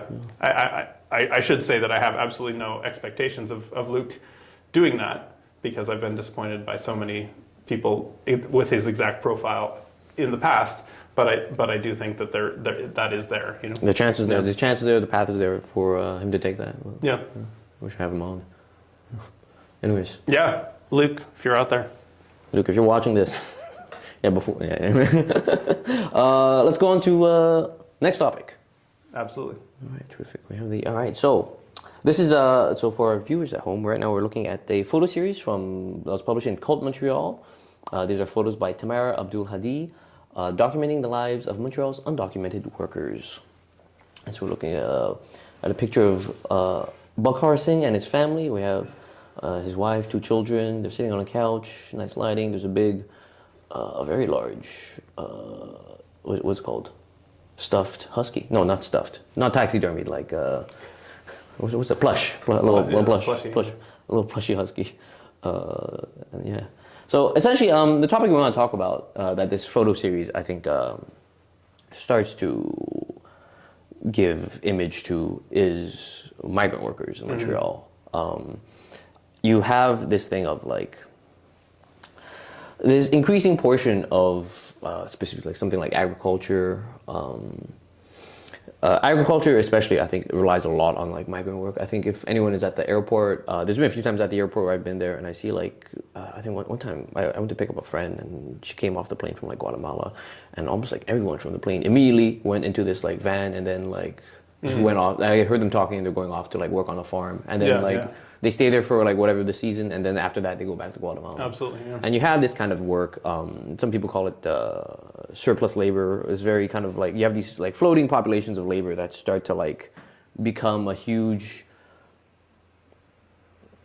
support for an economy because for whatever reasons, because local labor is too expensive, because and so on and so forth. And this is just a quick, easy way to get people working on your whatever at your work site, and then after that you're not really like responsible, liable for them in any kind of long-term capacity. There's so many dimensions to talk about migrant work in Canada. I think in Ontario this year, you had some Jamaican workers who were working at an agricultural farm who were comparing the conditions to like modern day slavery. The UN even kind of had to get involved, and they made a statement about the conditions of their workplaces. Unfortunately, I'm not sure kind of what happened to that, but there's been this incredible in like in a sense of like what like importance focus on migrant work. And I'm curious as to your thoughts on it. There's a lot to cover, but yeah, what do you make of it? Yeah, I mean.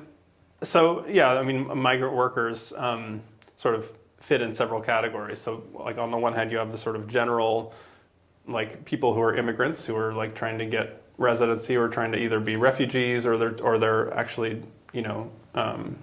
registering as immigrants and then working toward naturalization eventually, usually, and then you have.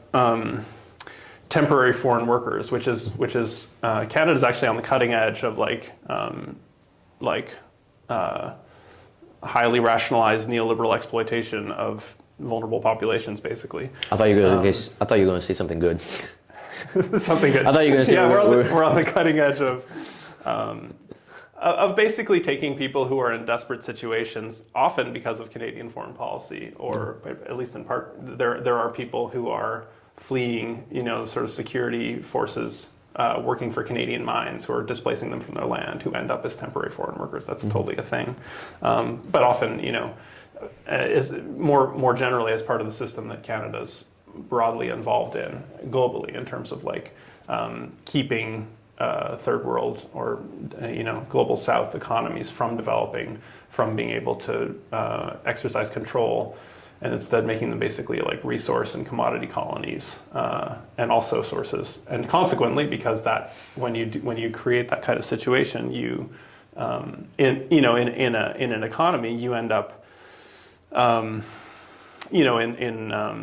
like a Mexico or a Guatemala or I guess Venezuela is a different case because of the sanctions, but you end up with a suppressed economy that's exporting cheap natural resources to places like Canada, or cheap commodities like bananas, chocolate, whatever, bringing it here to process, and then the money on those items is being made here, and so there's not a lot of money going there, and their economies, and then they're heavily dependent on imports because they can't get enough of an economic engine going to get their own manufacturing sector or whatever going, and so yeah, you end up with these huge group, people who have been displaced from their land because of plantations or whatever else. Certainly that's the case with Mexico, who are poor and need work. And so instead of bringing them in as migrants, because Canada generally in the migrant category is more interested in a certain amount of refugees for sure, but a much more interested in people with a lot of money. So, that's why you've probably met somebody with an engineering degree driving an Uber or cab or something, or because those are the people with a lot of education, a lot of money, and so they're like, Canada's like, yeah, come on over, we'll do the brain drain thing, we'll take your your best and your brightest, and we'll put them at the lowest rung of the Canadian economy, and they can, figure it out. Yeah. The real talented ones will work the way while out. they spend their savings trying to get up the ladder. Their savings, from the old countries. But temporary foreign workers are a different situation where they're brought in. They basically have no rights. They don't have no rights, but they don't have labor rights. Right. The way a landed immigrant or a Canadian worker does, because their ability to stay here is contingent on their employer's ongoing interest and consent. So if they go on strike, all the employer has to do is say, well, I'm sorry, see you later. Yeah. Back to I'll find Mexico, some other people. Guatemala, whatever.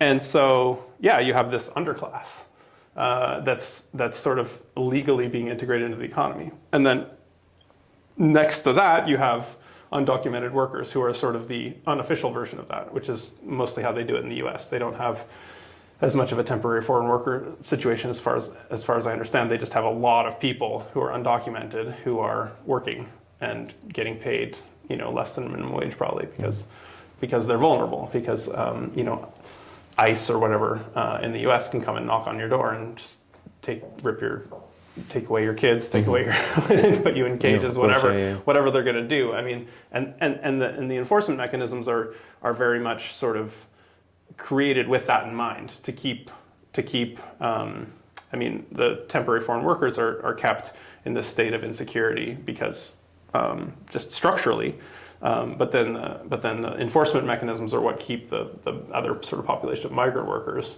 undocumented migrant workers, people are here illegally, in a state of precarity and fear, which helps keep them from organizing or complaining about the work complaining conditions. on their work conditions. And so as a result, you have horrific work conditions and ridiculous hours and just a total lack of any kind of labor standards that gets applied to this underclass that is very much been created by Canada.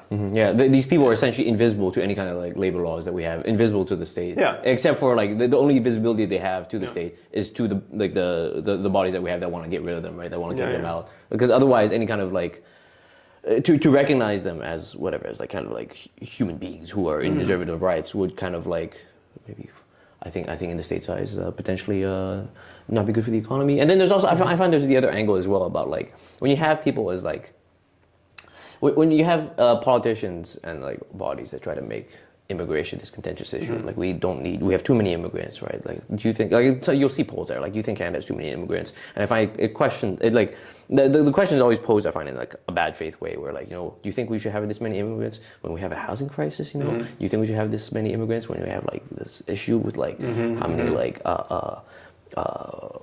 whatever, how burdened our healthcare system is? Do you want to have more people here who are potentially sick? No. I find it kind of it's almost it's like a trap question, right? Because exactly. It's not really about that, because it's more about the systems that we have. It's we do have enough. We have the resources to have enough housing. We have the resources to have people fed and stuff like that. And it has much more to do with this kind of mindset of trying to keep this place insular. And because it's the walls to whatever literal or legal kind of extents are being drawn up for these immigrants, naturally it's what happens is instead of getting immigrants into Quebec, into Montreal, and having them be added to whatever workforces that are legally recognized, that are seen by the state, that are given protections and are given social benefits. Instead, now with the desire to have less immigrants that some conservatives and other kind of nationalists have, then you have this thing of we're not going to have these people become naturalized, we're not going to have them become citizens, but we still need the labor, right? And so instead it's what you're saying, right? You have this kind of growing underclass of people who are wherever ostensibly immigrants, aliens from another. I use that term. I don't actually think they're aliens, but you have these people who are coming from elsewhere to work here, but then they're never given any of the same rights, right? So I find when I hear about this kind of stuff, to me this kind of ties into that kind of grand whatever national, more conservative projects of less immigrants. We gotta we have to have less immigrants, but we still, it's the problem where we still need the labor for these kinds of things, and you still rely on their labor, but you don't want to give them, you want to give them much less benefits for it.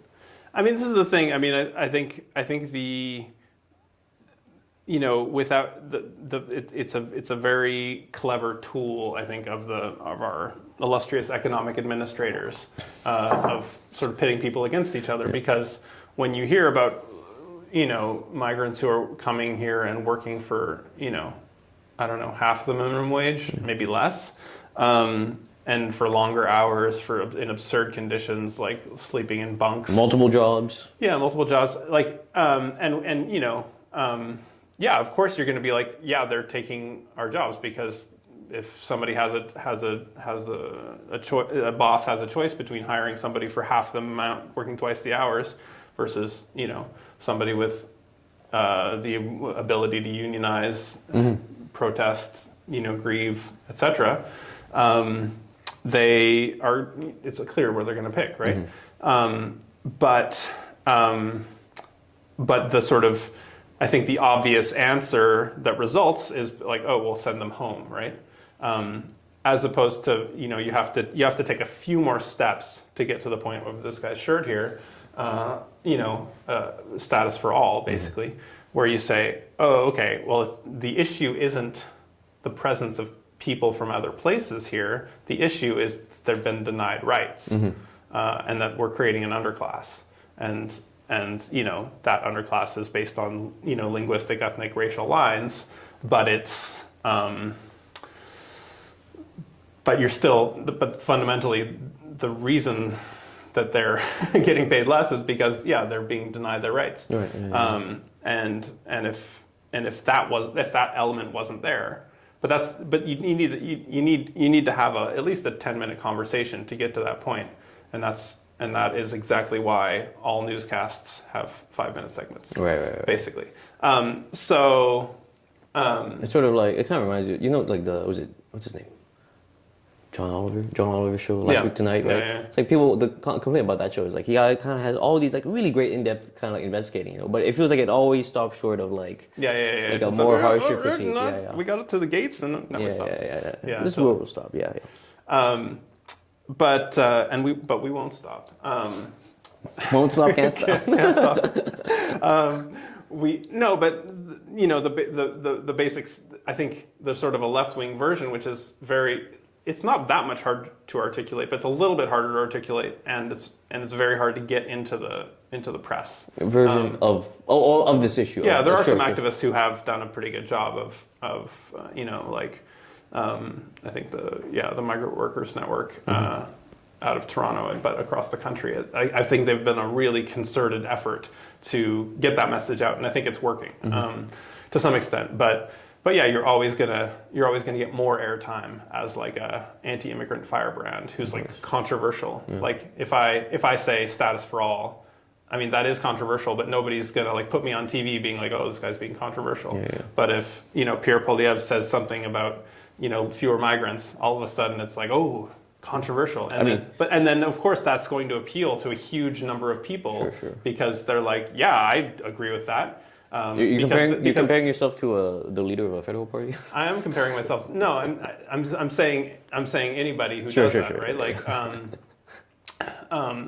I could be the leader of a federal party if I was December 6th, 2023. Exactly. No, but I'm like, if I was given that level of press coverage, right? Like anybody could, right? But the point is, but even like marginal figures on the right? Like, I mean, Pierre Poilievre's a bad example because he's the number one political party in Canada, but you know, like an Ezra Levant or like you know, Maxime Bernier, you know, will get a disproportionate amount of coverage, and I think that we see this played out across the Western world. It hits certain liberal sensibilities. Yeah, these far right, you know, they can attract a lot of attention, whereas the left, I think, because I mean,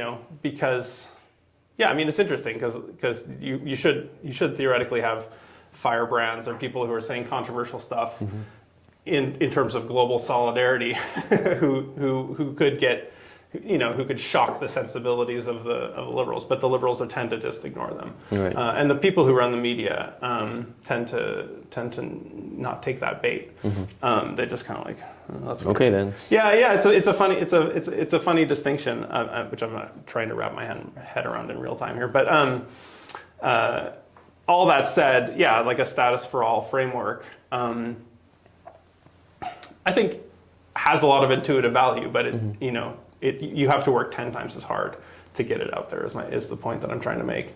And there are people, props to all the people who are working 10 times as hard and being with some success. I think, yeah. It's always I find like migrant rights issues in Canada specifically. I mean, there's such a focus on it, on like what they kind of offer through their labor for the economy, right? And I think it's to me it is kind of like this big thing that like I feel it's not really talked about enough in terms of like labor as like, because like if like labor is like this core thing to like leftists, and to me it's like there should be like I don't know, I'm just kind of like complaining about. I find there should be much more like attempts with like unions, these kinds of groups that like have traditionally kind of represented like labor rights in Canada to have that kind of extension, right? But instead it becomes this kind of like insular thing about protecting what they already have. That's like a whole another discussion. But yeah, I know. Thank you for bringing this up. I just as a sort of final piece, if you look at, I think you like coming back to the sort of previous topic, like all this sort of like upper echelon sort of service sort of economy stuff, like who's washing the dishes in Chez, I'm not going to call out Chez Alexandre by name, but in that tier of restaurants, yeah. or that oyster bar, the unnamed oyster bar where they spent $350. Who's washing the dishes, who's doing the deliveries, who's gathering the food or like processing the food that's like going into those places. Like there's this whole, the engine of the neoliberal economy runs on this sort of like super precarious labor. So the whole world that we sort of see presented to us is like if you open up one of the like little side doors and like look in what's happening in the back, you're going to find a lot of probably non-status workers or temporary foreign workers, doing that labor and for a pittance, and that's the fuel of this economy. And I think you get more labor from them for less. Yeah, I think and I think there's a better way to do it, but it involves confronting the whole system and like looking at where the wealth is pooling and where it's sort of where all the wealth that's being generated is going, because it's not to those people. It's not it's not even necessarily to the sort of mid-level functionaries like ourselves who are accessing those services from time to time. No, absolutely, yeah. Cool. Here we have a quote here. So for those listening, the quote says, Quebec had around 290,000 non-permanent residents as of July 2022, according to data released in December by the Provincial Statistics Institute, and the figure has since risen past 300,000. So yeah, there you go. You have a trend, upwards trend continuing of non-permanent residents. And I think it's in the migrant workers has gone up. I don't know what the most recent figures are, but it's been like on a steep trajectory. It's been, I think it doubled over like 5 years at one point, and I think it's probably getting close. It just in Quebec, probably inching toward the 6-figure mark. In Quebec, I feel like the areas you'll see them in like Montreal specifically, a lot of them will be at these kinds of warehouses, right? Because like you have since specifically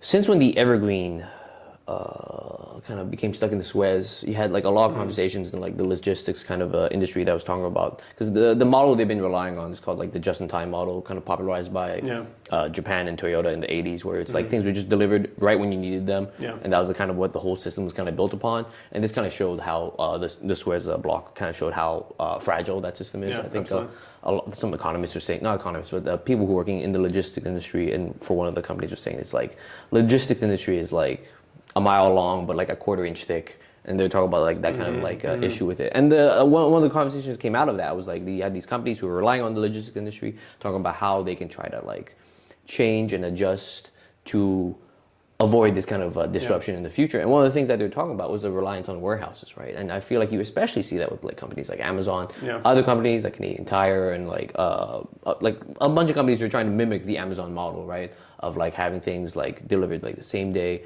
and usually that would mean you need a center, some kind of processing center in the city, and you see a lot of these being built, right? These massive warehouses. In Longueuil, we have like a brand new Amazon warehouse that was built. It's like huge.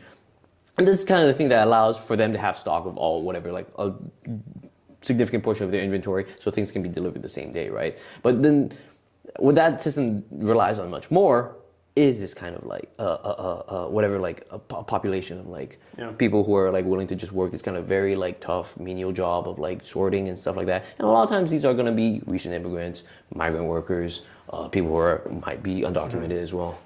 And then if you, once you go out into the countryside, if you look at agriculture, look at forestry, I mean, increasingly to be competitive, like you have, a business owner who's, doing any of those things will have to, hire migrant workers. And a part of the problem there is, why they can't hire local labor is because they can't afford it. And part of the reason for that is that real estate is a commodity, and that because Canada is well situated in terms of climate change and also just being a sort of stable, wealthy country, lots of people want to buy, big chunks of agricultural and rural land in order to do whatever, even if it's just a hold for some kind of future contingency. And so the price has gone up, and so to access land is almost impossible. I think for like somebody who's like a recent graduate of like an agricultural school wants to go like start a farm, like you have to like rent for like an exorbitant fee, and then if you want to scale up, how do you do that? You like pay people a living wage who are like from the area. You can't it just doesn't make economic sense. So just that anecdotally, like. We got apples from like an apple delivery, I think, from like a local orchard, and of course, the people I was buying the apples from are, Spanish speaking in any case, and speaking Spanish with the owner of the orchard, and so it's like, this is like really common, I think, at this point, and not to, it's hard to like fault any one person, but you certainly can fault the policymakers who are creating the conditions for the extreme exploitation of people. I mean, I think often, people try to treat those workers well, but like it's on a spectrum, right? Of like what's the standard for wages and so on, and so of course you're going to end up you are exploiting them. Because that's the system that's been put in place is to encourage you to do that, to be quote unquote competitive. Yeah, I know. Concerning. Next slide, please. Here we have a quote from Jean-François Roberge. Yes, temporary immigrants can help us meet temporary needs, but in the meantime, they are living here, and we cannot tolerate that. They are anglicizing Quebec at a time when we have a problem with the French language. So here we have the language debates, a classic, fun stuff. Classic of. I guess there just isn't enough of a surplus population of francophone migrant workers to bring in. Yeah, apparently not. I mean, there's a lot to unpack here. I mean, here I guess before I was talking about like let's say this conservative national kind of opposition to. Immigration, and I think this is a good example of that, where you have this idea that, like, I guess in his terms, the concern here is. Sont pas comme nous. Ouais, c'est ça. Sont pas comme nous. Sont pas comme nous. Ils parlent pas comme nous. So Jean-François Roberge's concern here is specifically not about labor. It's specifically about. I mean, maybe it is about labor, but then it wears this language, this face of being concerned about language. But ultimately, his point here is that. Immigrants, temporary immigrants here in Montreal. I mean, he doesn't say Montreal, but I think usually the implication is Montreal, other urban centers that have large portions of these. I mean, there's a reason why Montréalisation is like, or Montrealization is like a bad word basically. And I've never heard that term. Oh no, okay. Yeah, it's just like a sort of a coded way of saying, we're scared of diversity, basically, or Okay, saying, sure. oh, we don't want Montrealization of Quebec City, or we Right, don't want okay, sure, Montrealization of the regional that we're in. Or So Montreal, this cosmopolitan place, we don't want that happening. Yeah. Other parts of Quebec, yeah. I mean, this is. I mean, I think the more charitable version is like, oh, there's a bunch of like Anglo students, and that's annoying. Yeah. You know, who come in and don't learn the language, and you don't care, and just, you know, go to the clubs and then go back to Ontario after 4 years. The less polite version is, yeah, of course, it's like there's a lot of immigrants there, et cetera, et cetera. Yeah, it kind of gets to hit the same marks. I mean, you do see the kind of tuition hike. I feel like this also ties into the kind of tuition hikes as well. Them trying to kind of tamp down on this kind of like whatever transient Anglo student population. Yeah, that's what it reminds me of. What do you make of this? Anglicizing Quebec at a time when we have a problem with the French language. I mean, the basic premise that we have a problem with the French language is, I think, has been shown to be a little bit on the dubious side. Like, I don't think, you know, I certainly think that people have the right to worry about the French language and to try to preserve it and to make it the sort of, you know, whether it's the public, you know, lingua franca, as it were. But it's that shades so easily into sort of anti-immigrant rhetoric, and of course this is a sort of less direct or oblique, you know, it's like a bank shot version of like appealing to sort of xenophobia. Sure. And in terms of this anti-immigrant sentiment, because obviously that's slightly frowned upon. I mean, it still happens quite a bit, like a shocking amount in Quebec discourse, but I think it is frowned upon to a certain extent, especially when you are trying to, you know, directly, I mean, other than the sort of norms, directly appeal to some of these, you know, immigrant populations or, you know, more recent immigrant populations to win your elections, right? So what to say about that?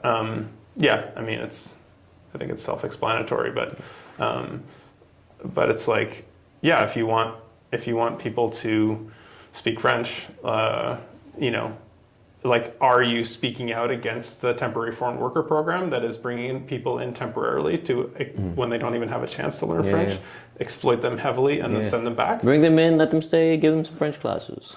Well, exactly, right? Like, if you want people to like adapt to your, you know, cultural norms and your laïcité and whatever else, and your language, like, yeah, the obvious thing to do is to like let them stick around and give them some of those sweet labor rights that many of us enjoy. Absolutely. Is there another slide? There is. Who's that on the screen? Who's that? God. Looks familiar. The glare. So Dru, you were. Is this you I'm looking at on the screen here? That would be me. So I'm for our listeners. Yeah, I'm looking at my moment in the sun, as it were, on CPAC. So for our listeners, I'm looking at a screenshot from CPAC, our favorite, very boring station that is incredibly important. This is the crawler reads CRTC hearing, public hearing on developing a framework to support Canadian and Indigenous content. And in the middle of the screen, speaking, let me read that name tag. I think that says Dru Oja Jay. It does say that, yeah. Yeah. So Dru, you're in Gatineau. What are you talking about? Yeah, I took a little trip to Gatineau last week. So I was there as part of a delegation of 5 different community TV representatives. There was people from across the country, basically. But you know, the two heads of the federations, Quebec and Canada federations of independent community TV stations, and then 3 stations represented. One from Quebec, one from Montreal, which is us, and then another one from New Brunswick. And so we were collectively there to basically pitch the CRTC in the context of, so basically the federal government passed Bill C-11, which is the sort of a big amendment to the Broadcasting Act that basically defines some of the big streaming services as broadcasters. So they, and then taxes them, and then and then creates content requirements. Streaming services such as Netflix, for example, Amazon Prime, probably YouTube. I'm not sure how this is all going to work, but yeah. But in that legislation, CUTV taking the lead, but community TV stations across the country participating, created a campaign called Rebuild Community Media, which you can find at rebuildingcommunitymedia.ca. That's rebuildingcommunitymedia.ca. Yeah, please sign. So we were actually able to pressure the government to get the law changed to define community TV for the first time. And because it wasn't defined, because the community element wasn't defined, community TV went from getting like as much as 10% of the revenues of cable companies, which, as you can imagine, is a pretty hefty sum, distributed to like 300 different local stations across the country, to, first, and this is basically what I told the commission. I said, the CRTC is the one who's in charge of implementing that, and so they went from 10% of revenues, not just profits, but revenues, down to like 5%, then from 5% to 2.5%. From 2.5% to 1.5, I think, percent. And then from 1.5%, they just, I think in 2016, they removed the requirement altogether. And they also made it so that cable companies don't have to disclose how much they're giving. And so overnight, a whole bunch of community TV stations in major centers across Canada were closed. And then more recently in Quebec, you have Ma TV, which is supposed to be the sort of in-house community TV of Videotron.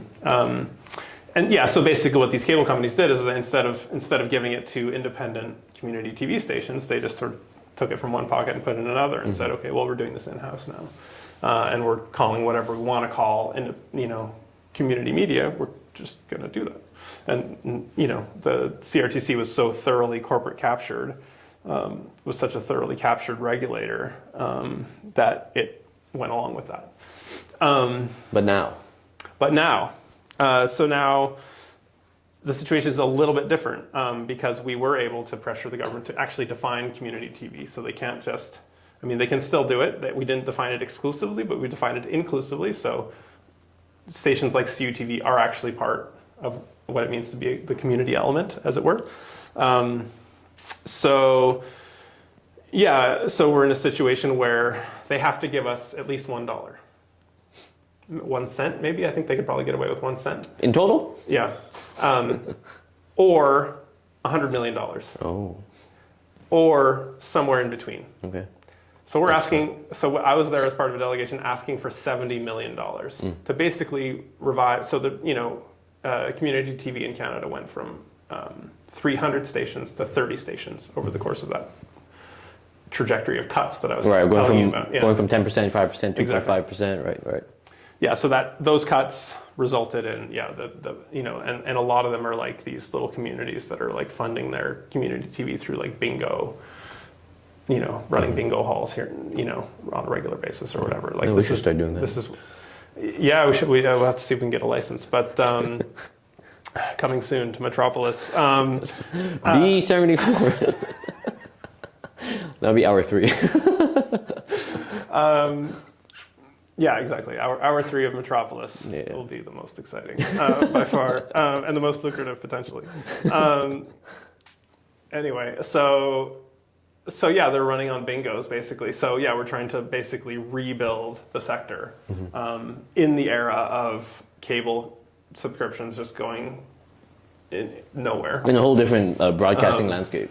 Completely different broadcasting landscape. You're competing with the entire internet and everything else. And so yeah, everybody's trying to eke out that audience and trying to figure out how to get their stuff in front of people, and also get some money to like make it in the first place. And actually CPAC, the station that I was on, is actually that basically. It's like as part of their public interest requirement, cable companies have to fund CPAC, which broadcasts like parliamentary hearings, committee hearings, CRTC hearings, like all these different things. So you can turn on your cable TV and be like, oh, what's going on in Where the crooks up to? my burgeoning democracy today. Sure. Like That's another way to put it.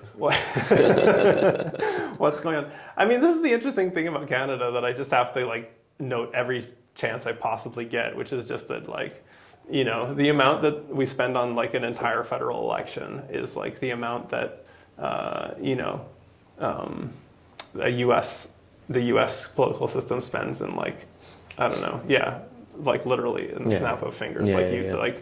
That's walking around. An evening of political ads on TV, like eclipses like the entire federal election campaign spend budget. We live a provincial existence compared to the U.S.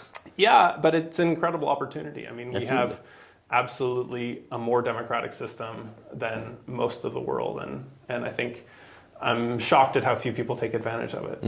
Like the fact that a few people, working, obviously we gathered a pretty impressive coalition of groups on board, but really, it's just a few people really pushing hard.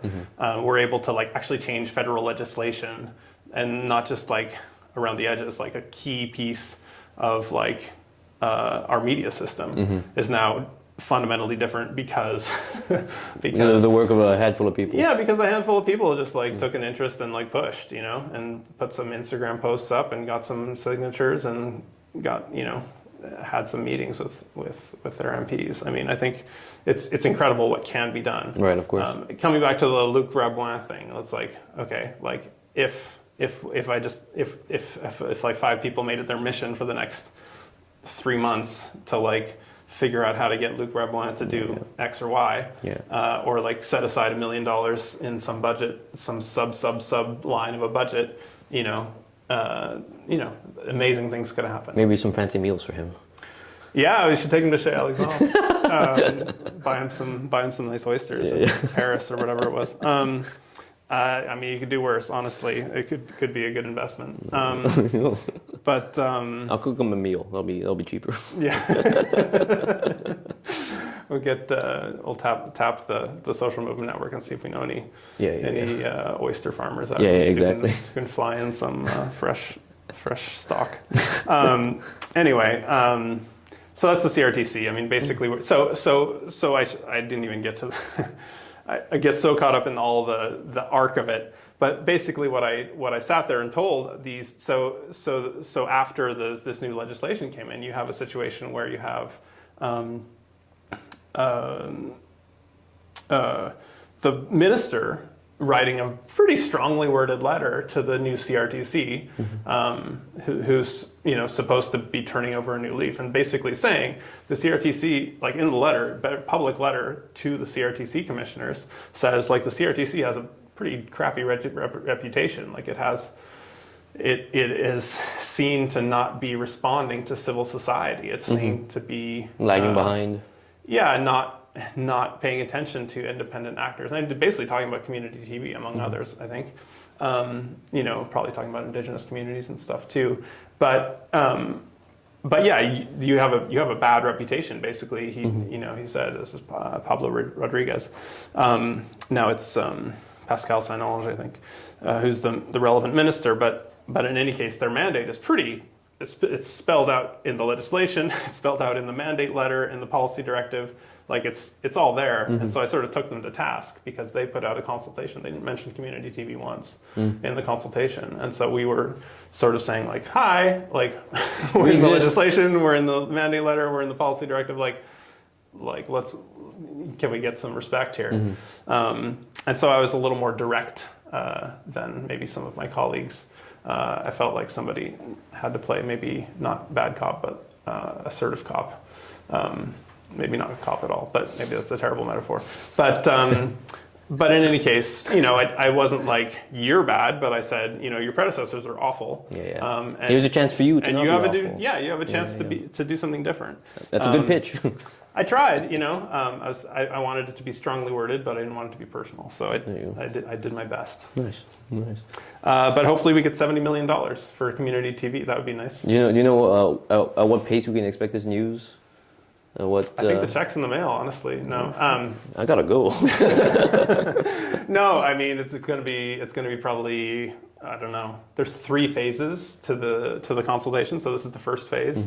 And of course, the people in the room before us were like Rogers, of course, naturally, and whereas we each got 5 minutes, Rogers would have like 5 people who would each get 10 minutes. Wow. So of course the scales are already tilted out of our favor, but we made the best of it. And I think we'll probably have to do some public pressuring of the CRTC to try to consolidate whatever wins there are to be won. Wow, incredible. It's an inspiring thing to hear what can be salvaged from this democracy. Yeah, I mean, there's a lot we can do around the edges while we're waiting for mass movements to rise up and become deeply organized. We're not there, but there's a lot we can do in the meantime. Do you know what? Has there been any comment from like streaming services on this kind of legislation or these consultations? You know, honestly, I'm sure there has, but I think that's probably coming in phase 2 and 3. I think they're going to talk about like sort of how are we going to like regulate or not regulate, and what is the appropriate amount of flexibility / direct mandate that we where on that spectrum do we want to when you're telling Netflix what to show on its front page, for example, do you like you have to be clear enough to be like, it has to be this much Canadian stuff or whatever it is, or this much Indigenous stuff, but do you tell them exactly how to do that? And if you don't, are they gonna like put it on like a 1 pixel thing that you have to like search to like hover over to like see it, and say, oh, that's on the front page, or I don't know, like no, of course, like how do you how much wiggle room are they gonna have? Do that balancing act of being clear versus allowing companies to sort of make decisions about the best way to present things. My suspicion is that these companies will not want to play ball, because I feel like you've had I feel like you've had, it's not necessarily this speaks more to like, let's say like news and like these internet kind of giants where you have like Facebook, right, Meta, who kind of ask news coverage in Canada. Like you have like so many like big publications like the CBC, CTV, all these other. I mean, people who are watching this will probably be aware of this, but like now you can't like access that kind of news on Instagram, on Facebook. You can't share those kinds of links, right? And this also makes me think of previous attempts in like Quebec legislation that was trying to get Netflix to produce more Quebecois content, right? And I feel like this is kind of a continuation of that kind of like demand from Canadians, Quebecois, kind of wanting some representation, some kind of access to this, like all this money, because it's like our money that like these companies are funded by like Canadian dollars, right? And so like I think there's a fair, I guess claim or request that's like, hey, we want to be at least in some kind of a control, or we want some say in how that money is used for content that kind of represents us. Yeah, it's funny. It makes me think of like, I mean, it's sort of before my time, but I access it through something like Mordecai Richler's like Barney's version. I don't know if you've read that or if anyone's read it, but I haven't. But it's he's the main character is basically this guy who makes like total schlock TV that's funded by like CanCon, like Canadian content funds. So he's just like this CanCon schlock peddler who like runs a TV studio, in like I don't know, East Montreal or something, and like it just churns out these like low quality stuff. And I feel like Netflix is like perfectly geared to like basically be a channel for like a new version of that, right? Like we're gonna get the like Barney Podofsky of the like 2020s. Yeah. Like it's gonna emerge from this deal inevitably. But hopefully some people can run with it. I mean, and I guess to bring it back, like this is why we were there advocating so hard for the community element, because the definition that we got into the legislation is not just like community, but community is defined as including independent companies that are democratically run and locally based and nonprofit. And so I think when you have those criteria in the mix, you can actually you have a reasonable shot, or at least the potential to create some very vital programming that's really responsive to members of a community. No, incredible, incredible. I think that'll be the episode, Drew. All right. Thank you very much for coming on. Yeah. Any final things to say about what you've been seeing at CRTC? No. I think that sums it up. Thanks so much for having me on, Kalden, and of course. look forward to the next time. Once we get that 70 million, it's gonna be a lot different here. Big studio audience. New set. Yeah. First Hold thing on. on the I'm imagining it right now. Oh wow. All right. Thank you very much for tuning in, everyone. Take care. Enjoy this nice snowy day. And now the producers are telling me to wave.